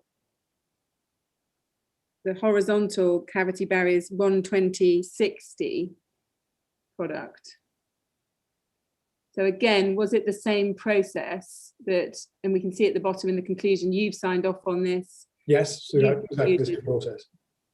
Exactly the same process. And you've concluded that these 120/60 horizontal barriers can be used up to void sizes of 425 millimeters, yes? Yes. And how could Siderise have been sure prior to these XAPs that the products could be used in void sizes up to those dimensions without having either conducted some testing or conducted a rigorous XAP assessment? We had carried out an XAP assessment. However, it wasn't in this format. So we have the historic data. All we've done in this form is formalize it into a formal document. Right. And is it right that some subsequent testing did take place in October 2017 and November 2017 Yes. to validate this in an actual test condition? Yes. Can you explain how Siderise were able to supply cavity barriers for voids between 326 and 425 millimeters at Grenfell Tower when it appears that no testing to those void widths or any extended application assessments had been undertaken at that time? As I just stated, the XAP applications had been undertaken, but not in that formal form. So they had been undertaken previously. I see. We're not aware of any documentation being provided to the inquiry that supports these informal assessments having been made. Would there be such documentation in existence? Without looking into ARC, I wouldn't say there was actual formal documentation. It's within an electronic system, an old system. And just turning now briefly, and I don't think I need to go through this exercise in detail again, because I think you'll agree most of this. In terms of the testing and certification of Siderise's vertical cavity barriers this time, not the horizontal ones, can we agree that those were also the subject of extended application assessments for the void sizes used at Grenfell, but those assessments were only carried out after the Grenfell fire in June 2017, yes? As I've said previously, the formalization of those assessments into the form that you were presenting were carried out after the Grenfell inquiry, as dated on the forms. But we had, through our electronic process, that process in the background for existing products. And just breaking that down, sorry, carry on. It's common across the fire industry. You test X, Y, and Z, and the project comes up and asking for X plus Y plus, because of the need to supply the project with the, you haven't got the time frame with the test laboratories in order to get in to test all these things all the time. So that's where it comes from. Yes, but we did see in a number of the test reports earlier, and I specifically drew your attention to it, that it made clear that those test reports could only support the use of the products up to those void sizes, yes? Yes, now that's where the PFPF document and others, we had that test evidence that said it was tested to that size. Then we had other supporting evidence that said the stone wall part of it was being tested and certified for larger. So therefore, that was the changing element, not the intumescent. The intumescent remained the same. We had other supporting evidence saying that the stone wall was suitable for larger voids. So therefore, we made the assessment that you introduce that larger stone wall element in there, including the same standard size for the intumescent, then you can extend the scope. And we've proven by future testing that our validation is correct. Right, yes. And for the vertical cavity barriers, it's right, isn't it, that you'd only tested up to a void width of 300 millimetres prior to the Grenfell fire? From memory, possibly, yes. And then after the fire, what we see in the documentation on the 23rd of June 2017, you did extended applications for voids between 301 and 400 millimetres, yes? Yes. And they're signed by you again, no third-party validation? No, there's no need for third-party validation, there's no requirement for it. And then with vertical cavity barriers, some testing was done in April 2018 for voids of 450 millimetres, yes? Yes. And the void sizes at Grenfell for the vertical cavity barriers were between 391 and 425 millimetres, yes? I rely on your information on that. That is a product code range. Yeah. By the sound of it. And again, can you explain how that came about, how you were able to sell those vertical cavity barrier products for use at Grenfell Tower when there had been no tests or formal extended application assessments for those void sizes before that? We had third-party certification for voids up to those sizes. Excuse me, I'm interrupting, Ms. Grange. I wonder whether you can help me, Mr. Mort. I'm sure the confusion is entirely my fault, but I'm trying to understand how you can have an extended application for vertical cavity barriers, which I think by definition don't have any intumescent properties, do they? No. They're solid barriers. Yes. And presumably they close off the whole of the distance between the substrate and the cladding panel. Correct. Well, I don't understand then how we have extended application. If you've got a 250 mil cavity barrier, it's a 250 mil cavity barrier. But I obviously don't understand. So, but we have third-party certification on other products that use the same parent stone wall that allowed us to extend the scope of that. No, I'm just thinking as a matter of fact, I don't understand how you have an extended application for a 250 mil cavity barrier, which is solid, and in relation to a cavity of much larger width. You have test evidence and you have the third-party certification evidence that allowed you to extend the scope of that. And we have proven without any doubt that our assessments that were made historically are proven to be correct. We have tested 450 millimeter voids and proven that our assessments are correct. What do you put into the 450 millimeter void? Stonewall barrier or lamella stonewall barrier. Are you just saying it's the extended application? You make a bigger barrier with the same material? Yes, exactly that. Good, thank you. I now do understand it, and I'm grateful to you. Thank you very much. Thank you. Yeah, that's helpful. Marketing material. I want to ask you some questions now about Siderise's marketing material and product information. And I'm going to try and do this broadly chronologically, looking at some of the older marketing material and then some of the more recent, and focusing predominantly on the marketing material that was in place at the time the barriers were selected for use at Grenfell Tower. Now, I want to start with something called datasheet 0314. If we can go to SIL 402588. This is an early datasheet that Siderise produced. We can see that in the bottom right-hand corner, it says 0314. And our understanding is that this was drafted in March 2002. Does that sound right? From the livery, yes. Yeah, we get that for the transcript from paragraph 44 of Mr. Swales' witness statement on page 12. And if we pan back out again, we can see that this data sheet explained under the heading Introduction. I'm going to read out what it says. It says the cavity between curtain walls and fire compartment walls floors needs to be sealed with a fire stop to the same fire rating as the compartment wall or floor. A particular problem is posed by the use of rain screens, where the fire stop cannot fill the full width of the cavity, as the rain screen requires a typical 25mm airspace to carry out its function. Lamatherm have developed a solution that can be used to overcome this problem.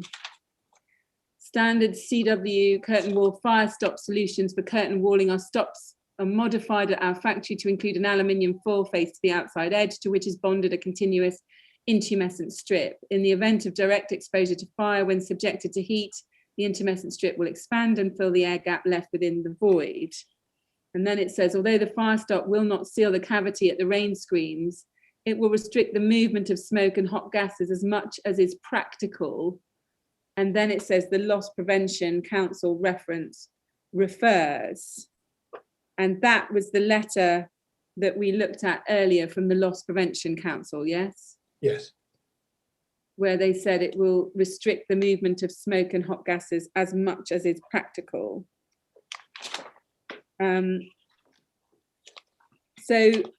Is it right that at this stage, Siderise was marketing its cavity barriers in rain screen applications based solely on that letter received from the Loss Prevention Council? Back in 2002, I had only just joined Siderise, so yes, I believe it was. Yes. And it's right, isn't it, at this point that Siderise haven't carried out any testing of those open state cavity barriers at all. The tests that we saw, they began in 2007, yes? Well, the discussion started in 2006. The tests started in 2006. Yeah. I mean, either way, that's several years after this marketing literature, yes? Yes, due to the lack of availability of a specific fire test. Yes, I appreciate that, but I think we can agree that Siderise was marketing its cavity barriers for rain screen systems as early as 2002, yes? Yes. Can we now turn to a technical paper on cavity barriers in rain screen facades? This is a SIL 402428. And this is a technical paper which was presented at a facade conference on the 1st of November 2012 at BRE Innovation Park. We can see that at the top there, Siderise technical paper, fire cavity barriers in rain screen facades, facade conference, 1st November 2012, BRE Innovation Park. Were you present at that conference? Do you remember attending that? Yes, I was. And do you know who presented this paper? Was that you or somebody else? That would have been Steve Swales. Mr. Swales, yes. And if we go to page 8 and we look in the 4th paragraph down, so it's under the broad heading design of cavity barriers. And it says 4 paragraphs down, proprietary cavity barriers such as the Lamatherm CWRS rain screen cavity barrier are available, which partially block the cavity and have a strip of intumescent material at the front that can expand to block the cavity in a fire. And then there's reference to figure 4, which I think we see, if we could just come out again, we can see that in the bottom right-hand side of this page. Sorry, there. You can see there's the figure showing the cavity barrier being installed to maintain a residual gap of 13 to 25 millimeters, depending on type of project. And then if we go back up to the words of this technical paper, so after that paragraph, it then says cavity barriers may be tested following the principles of BS 47620 or BS EN 1366 Part 4. Tests are generally conducted with the barrier in a cavity between walls of fire-resisting construction, and performance with rain screen panels may be different. Do you see that there? Yes. Now that last part of the wording is identical to that which we saw in the CWCT Technical Guidance Note 73, yes? Very similar, yes. Yeah. So can we take it that Siderise had, was it this way around, taken on board the view of the CWCT that performance in with rain screen panels may be different? I think it's bi-directional. I think the CWCT take on board what we were saying, and we were taking on board what they were saying. I see. They were present at this conference. And do you know whether at this conference any more information was provided to attendees about how performance with rain screen panels might differ? Or was it just that bold statement? There was a presentation made, which I believe is still available on YouTube. I see. And then slightly further down that column, if we can look at that column again.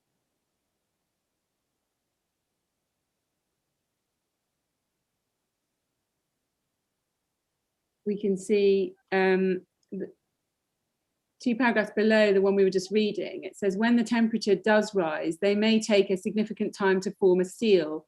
This time delay may not be significant in a test where the cavity is empty, but may be significant in practice if there is combustible insulation in the cavity, which could be ignited in the time taken to seal the cavity. Now, again, pausing there, that wording is exactly the same as that which appears in CWCT Technical Note 73, yes? It would seem to be, yes. And then the presentation continues. It says below that, consequently, the intermittent activation and volume expansion are key properties as the time to full cavity closure is considered critical. And note it says there, the time to full cavity closure is considered critical. And then it says the Lamatherm CWRS is designed to fully close the cavity in under 2 minutes in fire test conditions, yes? Yes. So we can see it's representing that closing the cavity within 2 minutes would be sufficient to protect against the risk of combustible insulation, yes? Well, as we explored earlier on in the day, our tests at this stage included combustible insulation above and below the cavity barriers. So the evidence is there from test reports that it does work. And it does protect the insulation above the cavity barrier. Well, did you have that in 2012? This is November 2012. I think you may have had that slightly later than this. In 2013 and 2014 was what we looked at earlier. Yeah. I now want to ask you about something called Datasheet 2110. Now, you can take it from me that in 2013, Siderise was sending this datasheet to Harley Curtain Wall at that stage. You can take it from me, for example, that on the 5th of August 2013, Ricky Kay of Siderise emailed Tim Lovell of Harley in relation to a project at 10 Trinity Square, and this data sheet was attached. And then on the 19th of August, Ricky Kay also emailed Mark Harris of Harley in relation to the Wayland House project, and again, data sheet 2110 was attached. So it's a data sheet that was being used by Harley and used by Siderise and sent to Harley in 2013. If we can go to that document now, it's SIL 404672.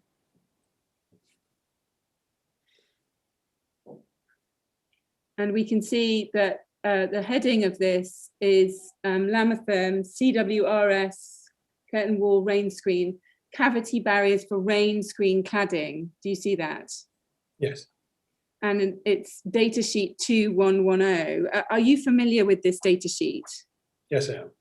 And did you technically review this datasheet to ensure that it was accurate?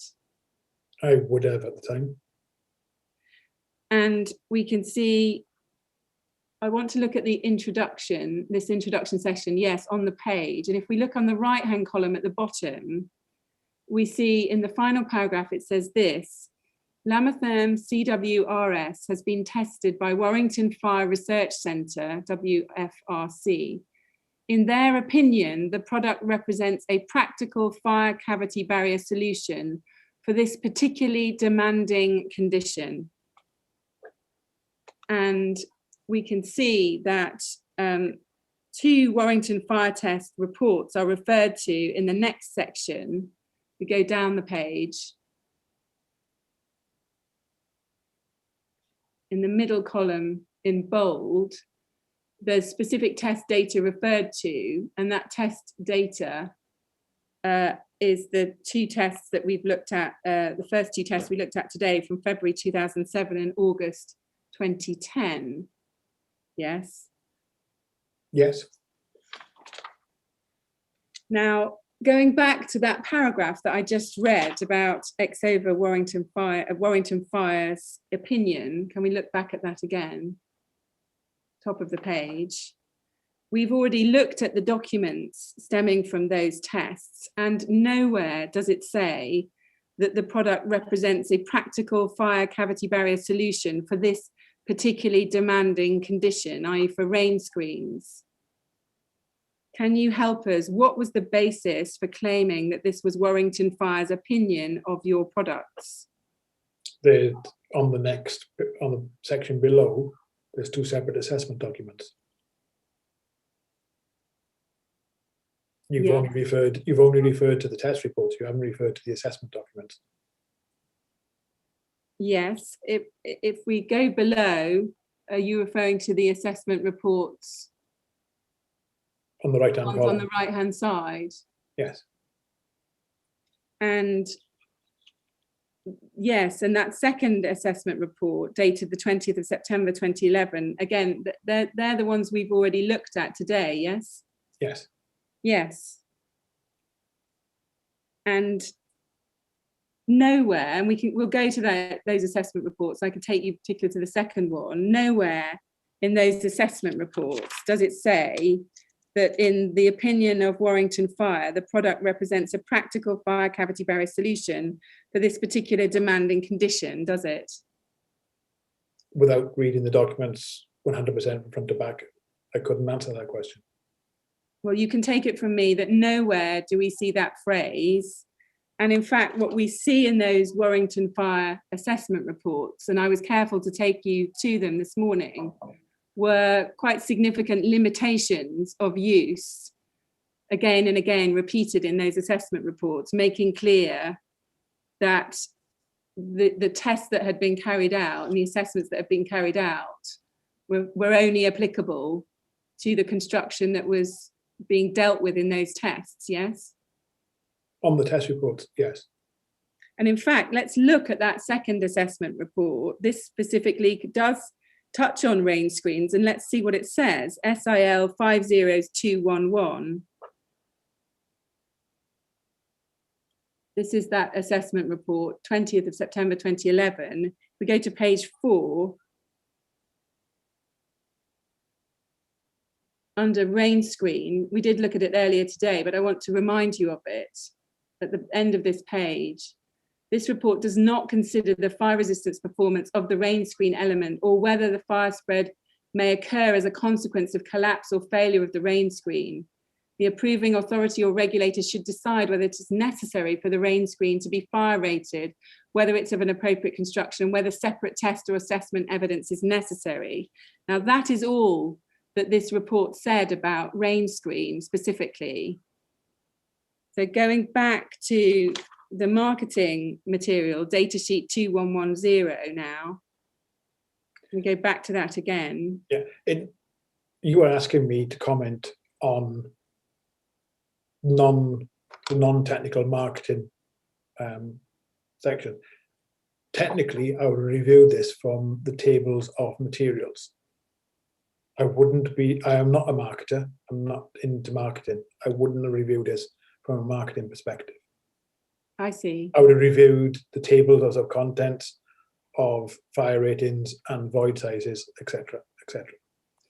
Can we agree that that's not an accurate statement of the opinion that Warrington Fire expressed in any of those test or assessment reports? That opinion could be expressed verbally. I can't confirm that.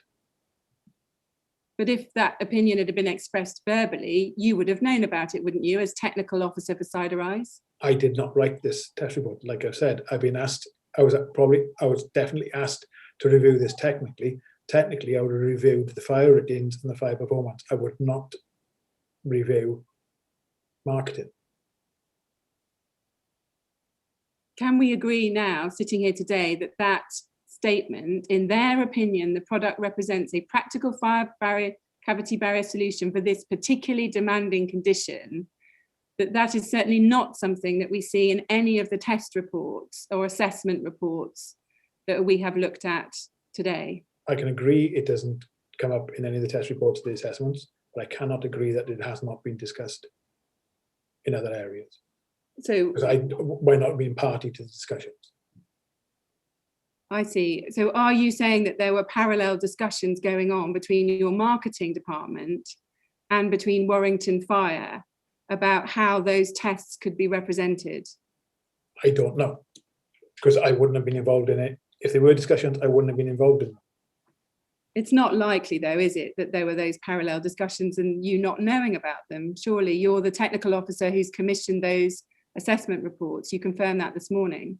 Yes, but there's delegation, there's other areas. I work on the technical aspect and the testing aspect of the business. I do not work on marketing. I'm not a marketeer.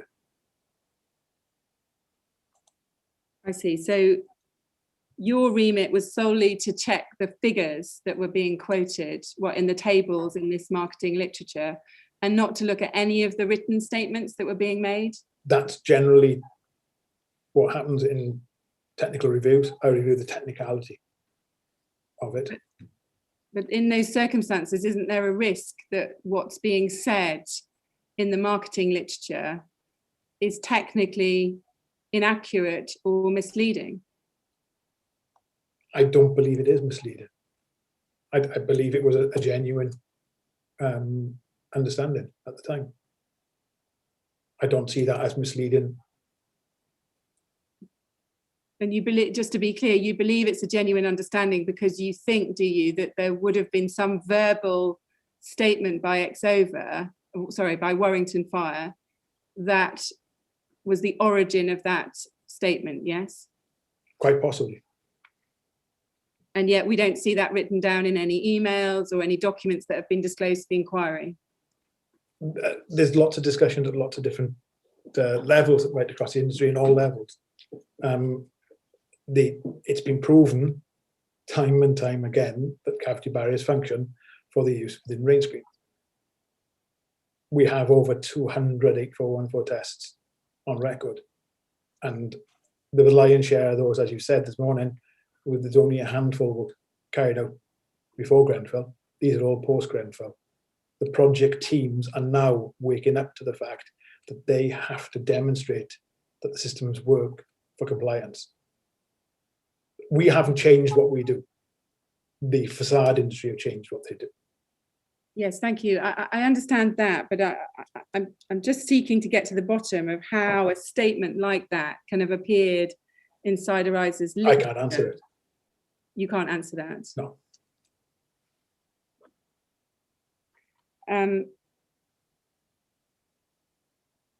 If we look at page 2 of this data sheet,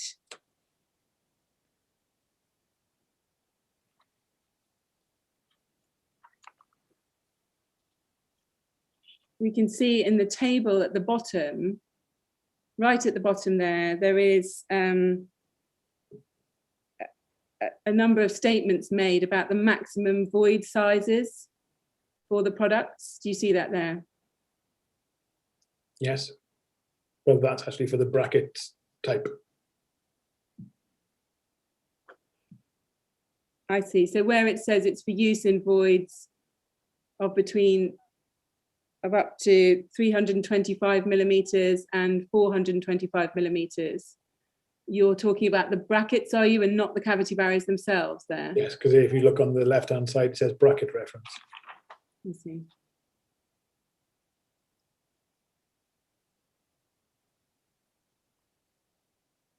we've looked at the express limitations that were in the Warrington Fire test reports and assessment reports. For example, it was clear that they'd been tested only between concrete elements, and those limitations were spelt out in the report again and again. Can you explain why this data sheet doesn't spell out any of the limitations of the Siderise testing that had been undertaken? If you look at any passive fire protection data sheets from any manufacturer anywhere across the world, they do not relate back to that. You're testing an element to give you that element's performance. It is then for the fire engineers on the project to take on board all the fire resistance tests, all the reaction to fire tests, all the bounding conditions to deem if the product is suitable for use or not. This is about the performance of the barrier in isolation. It doesn't say anywhere within the test rules that it should be used, can be used in this, this, and this. It is the responsibility of the fire engineer to take on board all the test evidence from all the elements of construction to decide if the building is deemed suitable. I see. So are you saying, if we go back up to page 1 where the test report numbers are given, are you saying that it was incumbent upon anybody using this data sheet to, I think it's in the section below, we see the reports given, to obtain copies of those test reports and work out from those test reports what the limitations were of the tests that had been carried out, yes? As our published on our website even now, we freely share our test data of the products. Yes, but and we share this data even with the likes of Arup. Arup come to us asking us for test data.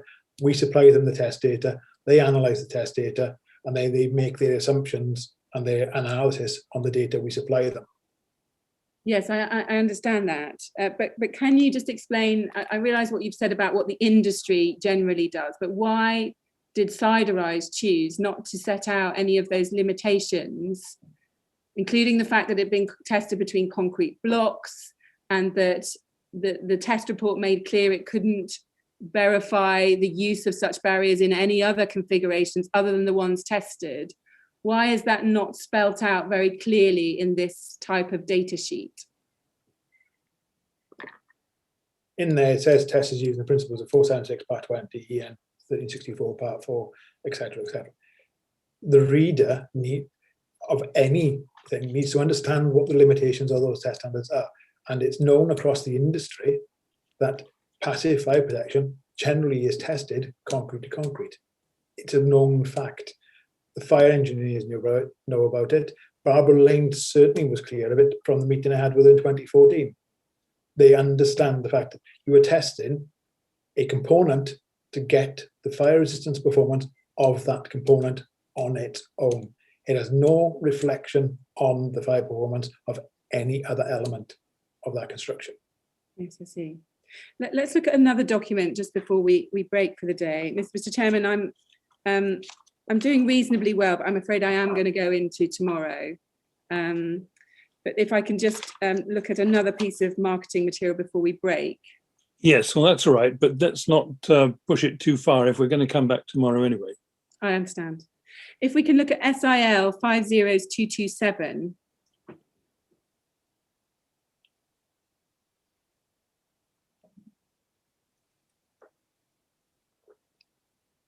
This is a marketing document entitled Cavity Barriers for Rain Screen Cladding. We can see from the top right-hand side, it's dated November 2013, issue 1.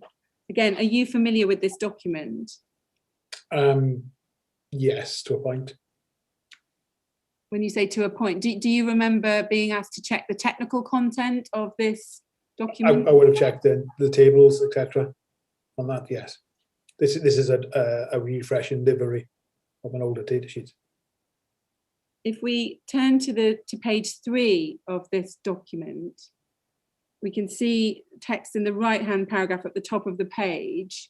It says this, it says Siderise have tested a range of horizontal cavity barriers to the above mentioned standards with seal reaction times of 1 minute and seal temperatures remain below 180 degrees C and maintaining the integrity requirements as detailed in table 1.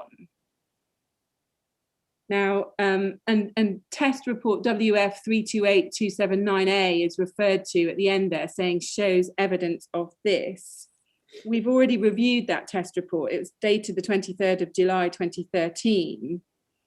If we can just briefly turn to that again, SIL 50212 at page 31.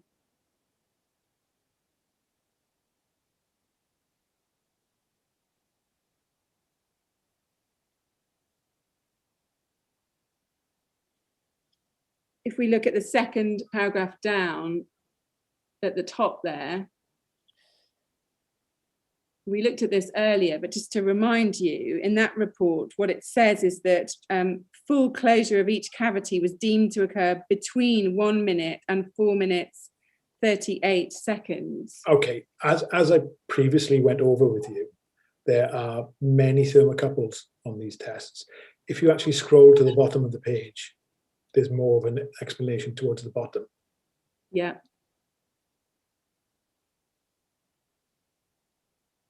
The bottom of this page here. Yes.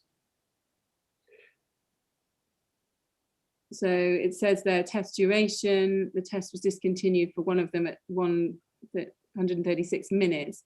Then it says the failure criteria of each specimen was measured after the ventilated cavities had an effective seal by the means of the intermescent properties of the products, and the findings were as below. 1 minute of the testing, the suspended thermocouples reached their peak temperature. And then at 1 minute, as the peak temperatures indicate, an effective seal had formed, although not full developed to the full 75mm depth. Yeah, but you need to finish. You actually need to finish reading point 1, because point 1 clearly states in there, at 1 minute of testing, suspended thermocouples reached their peak temperature with seals A, B, and C not breaching the ASFP requirements of 180 degrees. So the suspended thermocouples have reacted. They haven't risen above 180 degrees in the closing phase of things. So they've closed effectively in around the minute or less than the minute. I see. That's how you interpret that, is it? That they've. That's how, if you had the time to go into the thermocouple numbers and within this test report, there are thermocouple graphs and thermocouple data, and we can analyze that. This test report is written by a test engineer at Warrant and Fire. Yes, I understand that. But going back to the words earlier in the page, what it says is. Yes, this is where we talked about it this morning. Full yeah, closure. Sorry, you can't both talk at once. What did you say, Mr. Mort? Okay, let me finish this off. Full closure is deemed to have occurred between 1 minute and 4 minutes 38 seconds. Yes. What that doesn't say is that what that says there is full closure. That is, the intumescent has developed to the full depth of the seal being tested. Yes. So if the seal is 75mm in depth, that the full depth of the 75mm has been developed. Yes. But when you look at the requirements below, right at the very bottom, from the suspended thermocouples, because this is a combination of thermocouple data and observation, so a person having to observe this, the thermocouple data has clearly shown that the seals reacted in less than 1 minute because the 180 degree rise as set by the test guidance was not reached. So the intumescent at the bottom of the seal has reacted to close the cavity and introduce the integrity and insulation criteria for that. And then over a period of 1 minute to 4 minutes through separate observations, which we went into the report, there's a section on observations themselves. A person, the engineer, would have been making observation as to how that intumescent has developed at the full depth of the seal. So for the 75mm is 75, for the 90 it's 90, for the 120 it's 120. Yes, That's what that refers to. I think I understand what you're saying. I think you're saying that you can tell from the thermocouple data that a form of seal has occurred, it's reacted, and a form of seal has occurred within 1 minute of the testing, yes? Yes. But then it has taken, just going back to the language at the top of the page, it has taken up to 4 minutes 38 seconds for full closure to occur, i.e. the whole depth of the cavity barrier to Yes. seal, yes? But the insulation and integrity criteria was restored in less than 1 minute because the thermocouples have measured that. Yes, I understand that. But going back to the statement made in your, and if we go back to the product literature we were looking at, page 3 of SIL 50227, you talk there about seal reaction times of 1 minute, and I appreciate it says seal reaction times, but why not state in there clearly that in terms of fully closing the cavity, that was deemed to occur between 1 minute and 4 minutes 38 seconds? Because the insulation and integrity criterion was re-established within the 1 minute the seal reacted. The fact that it developed further, intumescents don't stop developing. They naturally replenish themselves. They continually develop through the duration of the fire test. So at the start of the test, at time 0, the suspended thermocouples are at ambient air temperature. They did not rise above 180 degrees and sealed within the minute. So therefore, the insulation and integrity criterion as set in EN 1363 part 1 or even BS 476 is reintroduced at that point. Yes. This is an observation in the test that it continued to grow through that period of time. And I wonder whether that's a good point, Scrange. Yes, exactly. That's what I was about to say. But I think if I understand Mr. Mort correctly, what he's drawing a distinction between is the creation of a seal, which he says occurred very quickly, and the complete development of the intumescence, which takes longer. Yeah. correct. Yeah. Okay. We're going to stop there for the day, Mr. Mort. I'm afraid I think Miss Grange has some more questions for you. Do you, Miss Grange? I do, because I still need to cover some specific questions in, well, there's a little bit more on the marketing material, and then I have to ask some specific questions about the Grenfell project, but I will review those overnight and I will try and do them as quickly as I can tomorrow morning. Yes. Now, I'm sure that Mr. Mort would like to have some idea of when he can finish this exercise. Can you give us any help on that? Yes, I would hope that we would be substantially finished by the first break, there or thereabouts. Well, let's make an effort to finish him by the first break then. Well, Mr. Mort, I'm very sorry that we have to ask you to make yourself available again tomorrow. I think you may have been warned that that might be the case. It's understandable. It's not a problem. All right. Well, thank you very much. Anyway, we're going to break now.